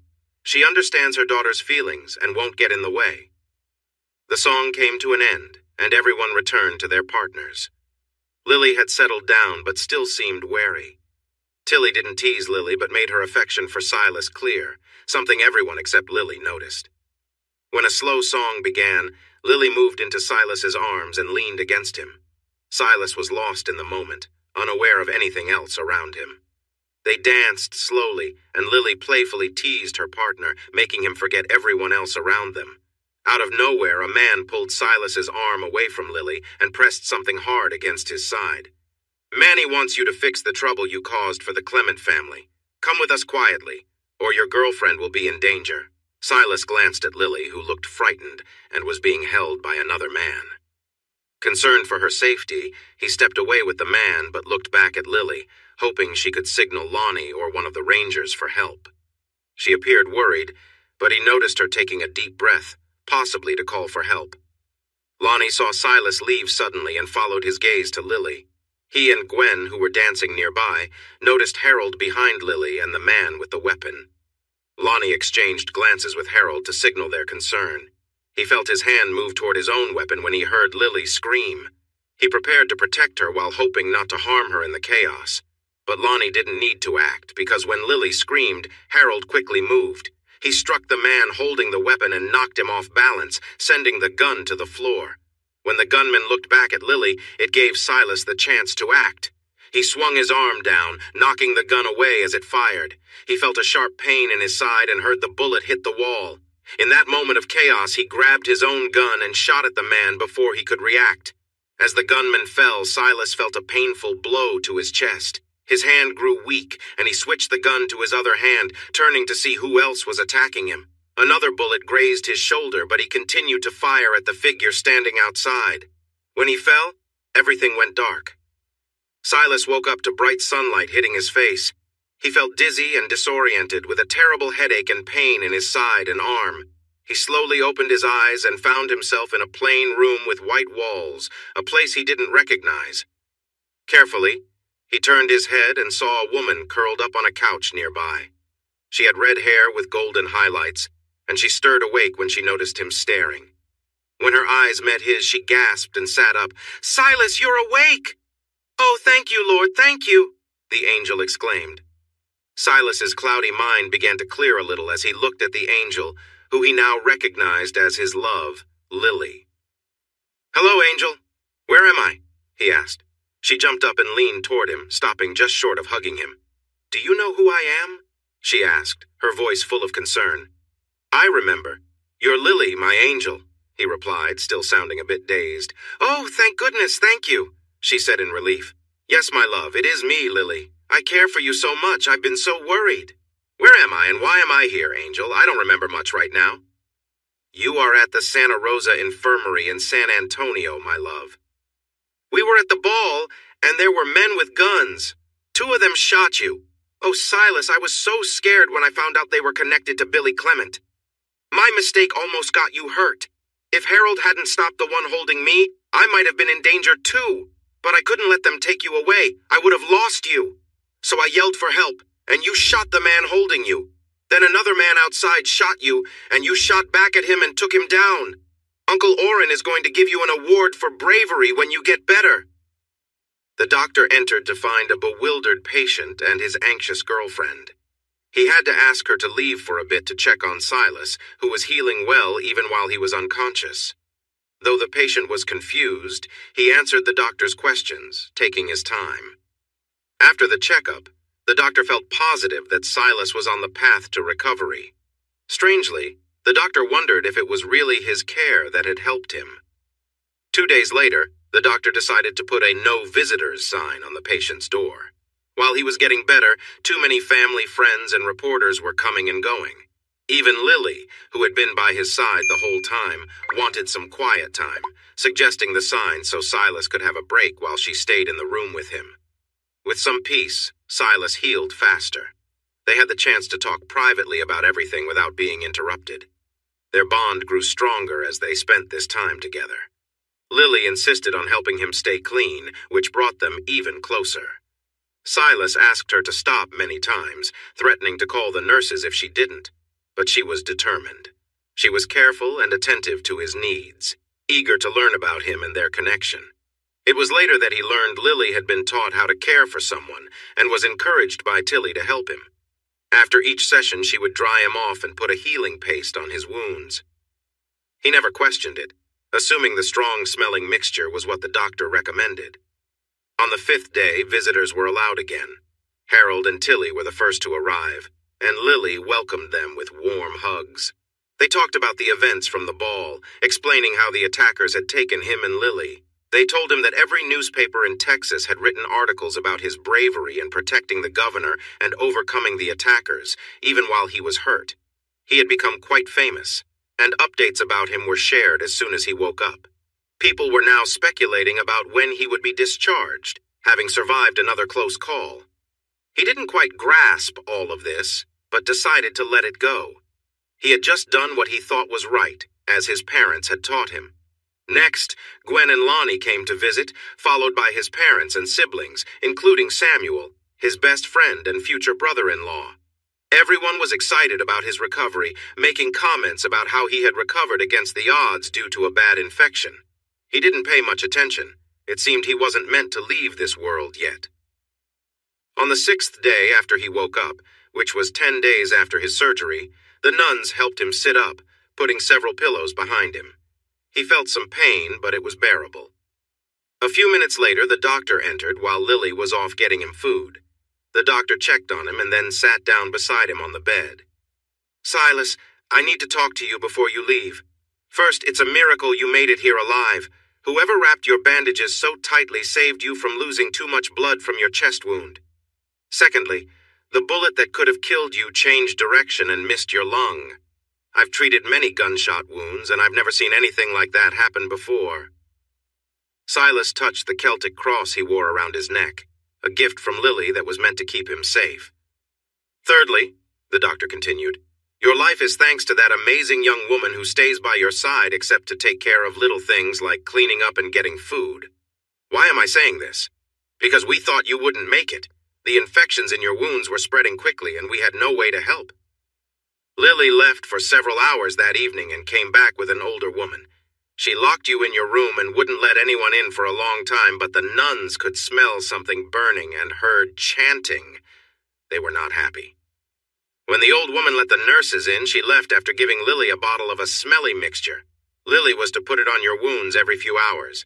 The nurses and I tried to explain that it might be too late, but she said since we had given up, we had no right to question her efforts to help you.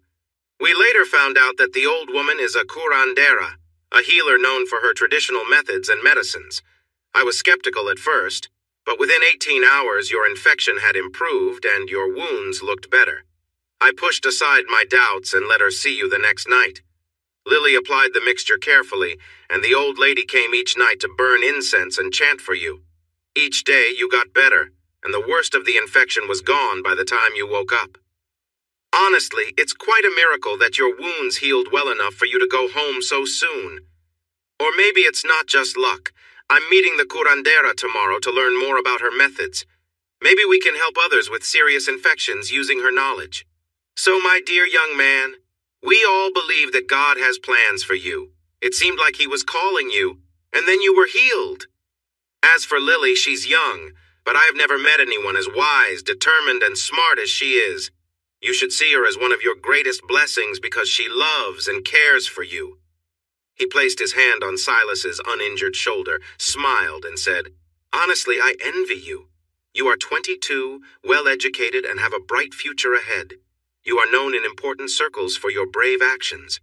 More than that, though, you have won the heart of a truly amazing young woman. Silas, if you learn nothing else from your close call with danger, remember that life is precious and can change unexpectedly. Lily has told me you hesitate to take the next step in your relationship because you have everything planned out. Doesn't this experience show you that even the best plans can be overturned? Picture the next 5 years alone while she goes to university and you build your career. Now picture these same 5 years with her by your side.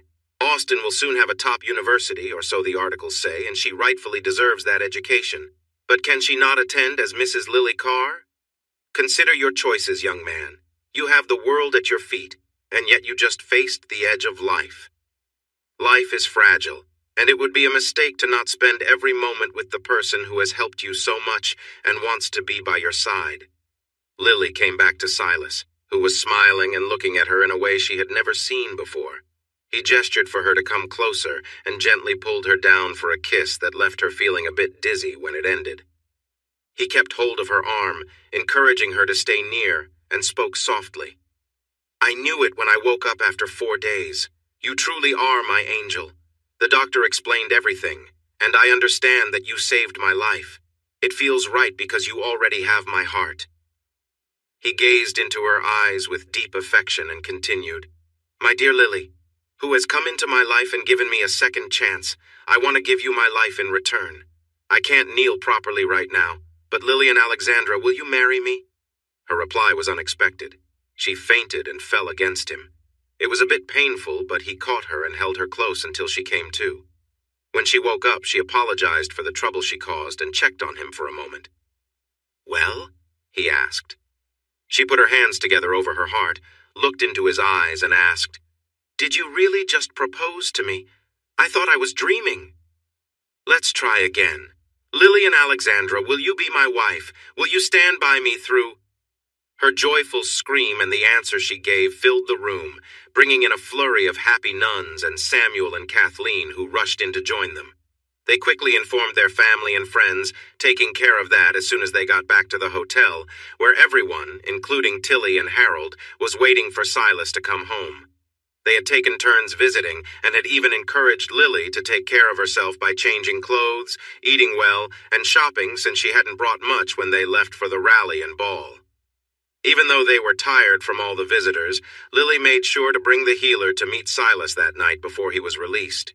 She was small and fragile, but her eyes sparkled with strength. Silas and Lily spoke Spanish fluently, yet she used a mix of English and Spanish, sharing words they had never heard before to describe the ingredients in her remedies. When they asked about the names, she said that the Ancient Ones had passed this knowledge down from long before others arrived in this land. It was her sacred duty, she explained, to use what she learned for good and to share her wisdom with anyone she recognized as a healer.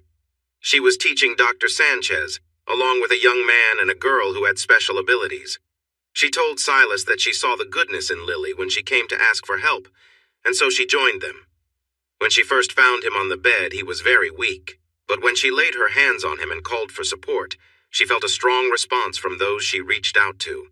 She said that spirits from another realm had saved him from serious harm, thanks to the Celtic cross he wore. However, those spirits could not cure him from the infection. That required the herbal remedies she used. The spirits of her ancestors helped guide her in her efforts to save his life. She believed the protection he received from his own ancestors, along with hers, meant he was chosen to do good in the world. He was meant to help those in need, stand up for the vulnerable, listen to the wisdom of the past, and uncover the mysteries around him. Her words brought him comfort and inspired him to think deeply. Together with Lily, they talked for hours. The tiny healer spoke of a grand culture that was destroyed by those who called themselves Aztecs. She described shining cities with tall pyramids, places where people studied the stars, and monuments made to guide the visitors who taught her ancestors to be thinkers and explorers. She talked about the lost skills of observation and communication, which were fading over time. People had built shelters that kept them from the natural world around them. She encouraged him to visit one of her people's sacred sites, to open his mind, to seek knowledge, and to pay attention to the lessons the world offers.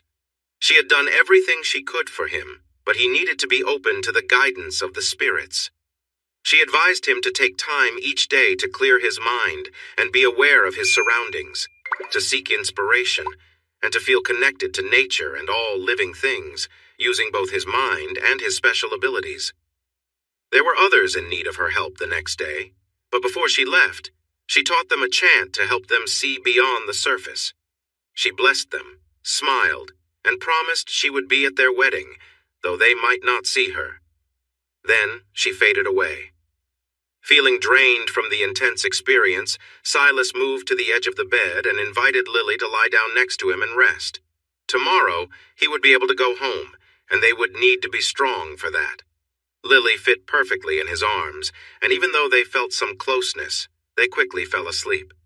Luckily, a caring nurse found them and woke them up before anyone else arrived. This was good, because reporters were coming to talk to him before his release, and it would have caused a stir if they had found them together. Silas was declared ready to travel back to Carr Settlement, but he was warned to take it easy and recover his strength before returning to his normal activities. 3 reporters were there to ask him and his doctor about his recovery, and they also wanted to interview Lily again about her bravery.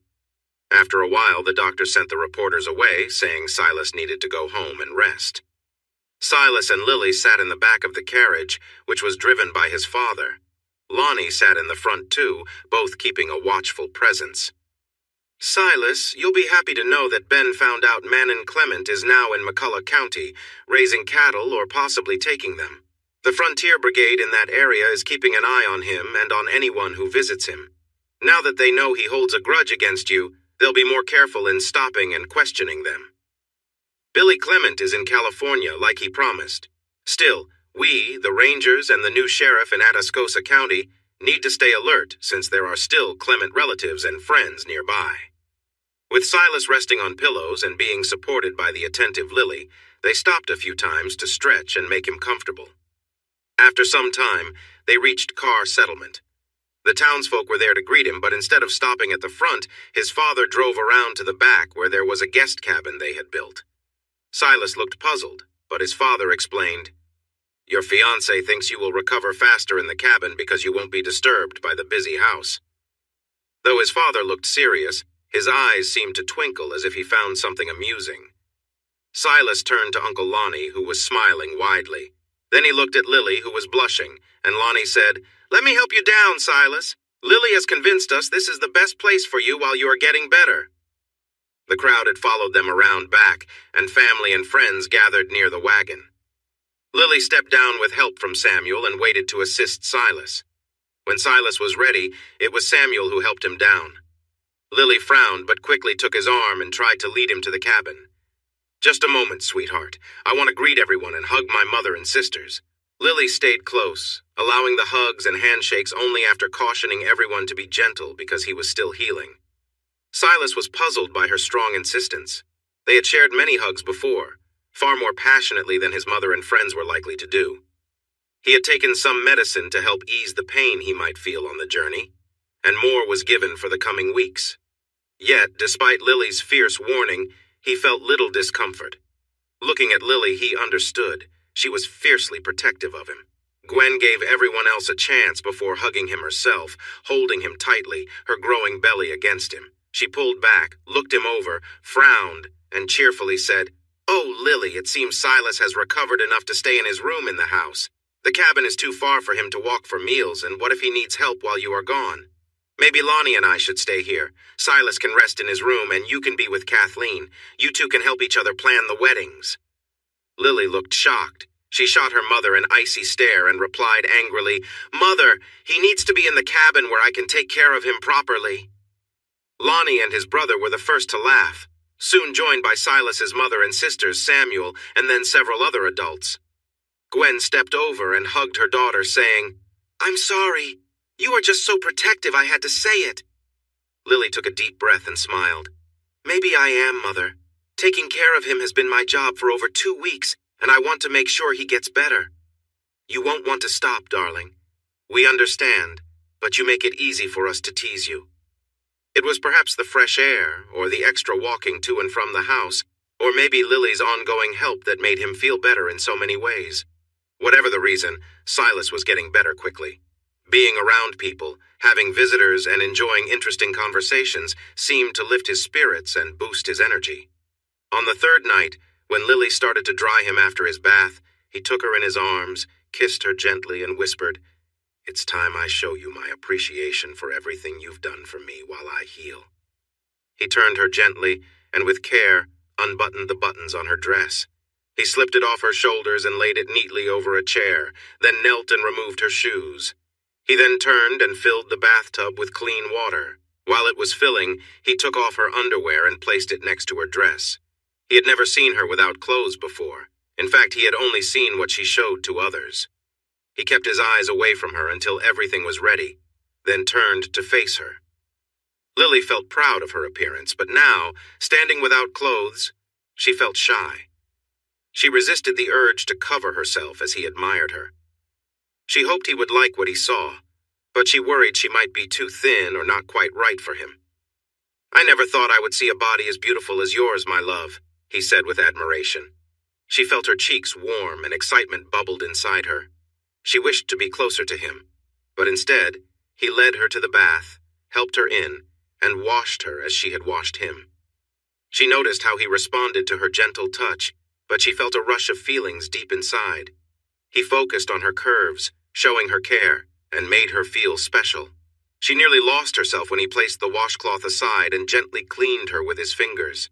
She had explored herself before, but his touch was different and made her feel things she hadn't felt before. He guided her legs apart and touched her softly, bringing forth a warmth throughout her body. He noticed her reaction and gently touched her in a way that made her breath catch.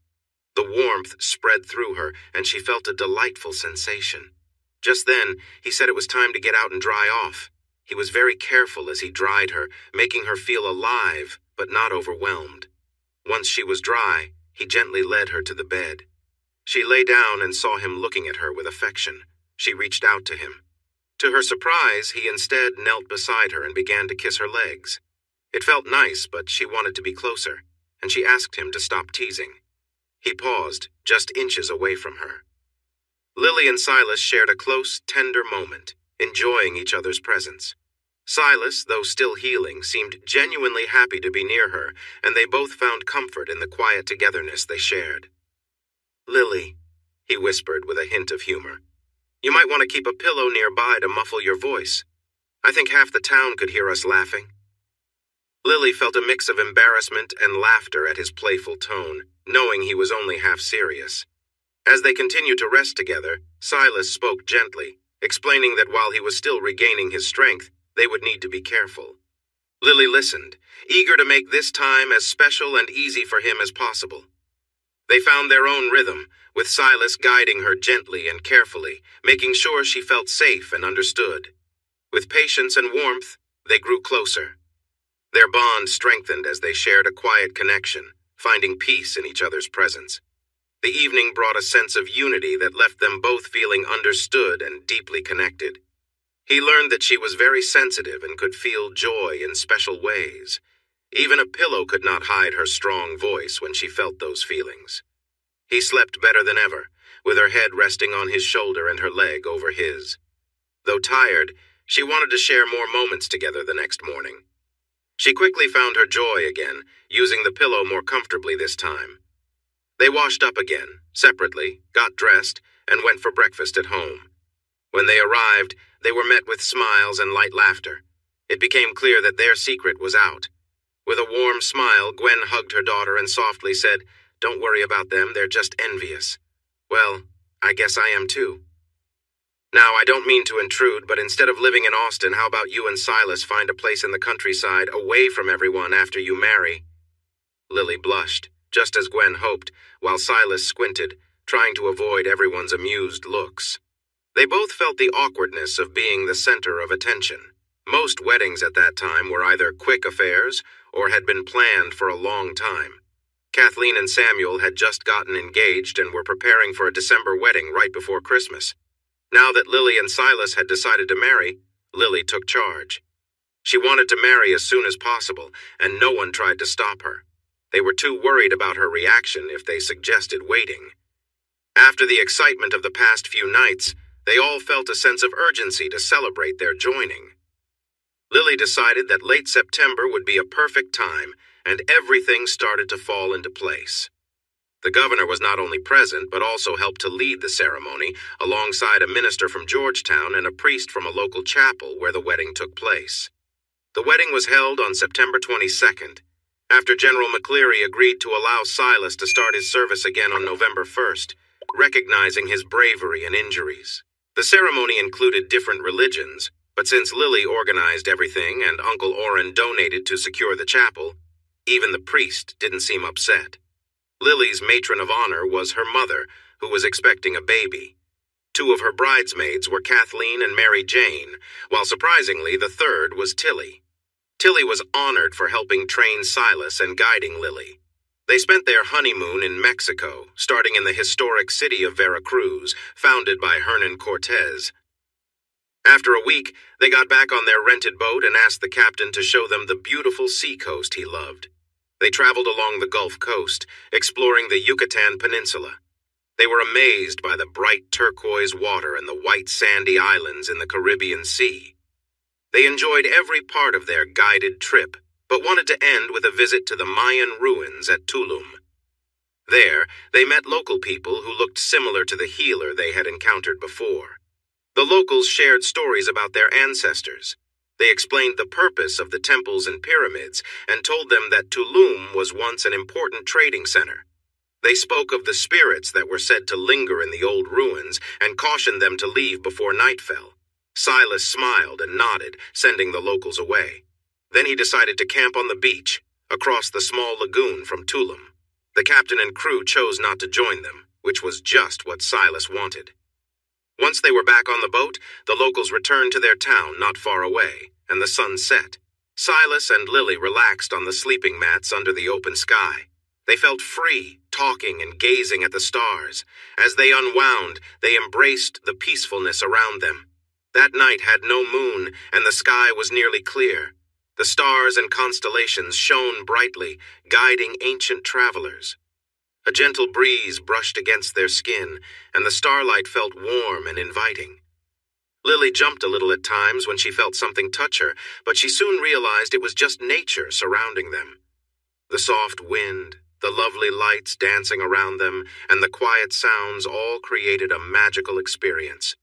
It unlocked a sense of connection they hadn't felt since they were children. They discovered and rediscovered many things as they lay there amid the unknown. It was a dreamlike, enlightening experience. When the night faded and the presences seemed to drift away, Silas and Lily found themselves feeling a deep bond that was different from anything they had felt before. They sensed a new life beginning between them.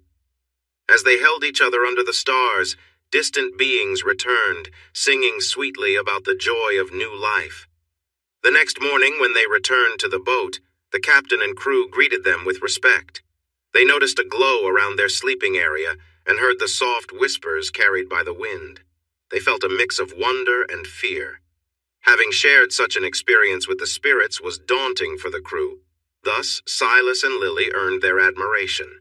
They returned home the same way they had left, from the lively seaport of Indianola on the Texas coast. When the city and seaport were destroyed by a hurricane in 1886, the community mourned the loss of life and property, along with the memories that were gone.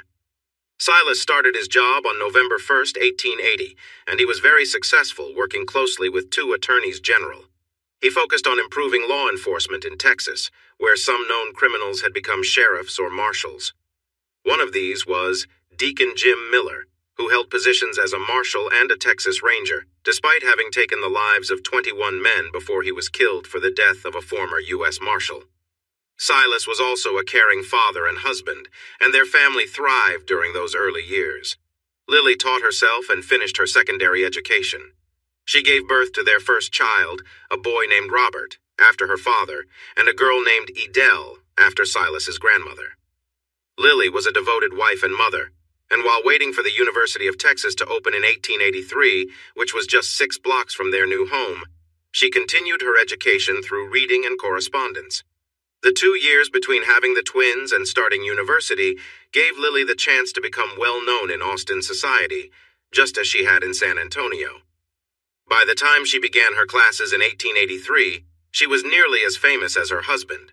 Being the most attractive woman in the room was both a joy and a challenge, particularly because her husband was somewhat jealous. This situation became more complicated when she began her studies at the university, where many young men and impressed professors sought her attention, even though they knew she was married. But that's a different story. And so concludes the tale of their great love, leading into the next chapter of their exciting lives. Hey everyone! Thanks for watching. Don't forget to subscribe and turn on notifications so you won't miss any of the exciting stories we have coming up. What do you think about the characters in this story? Let us know in the comments. We'd love to hear from you.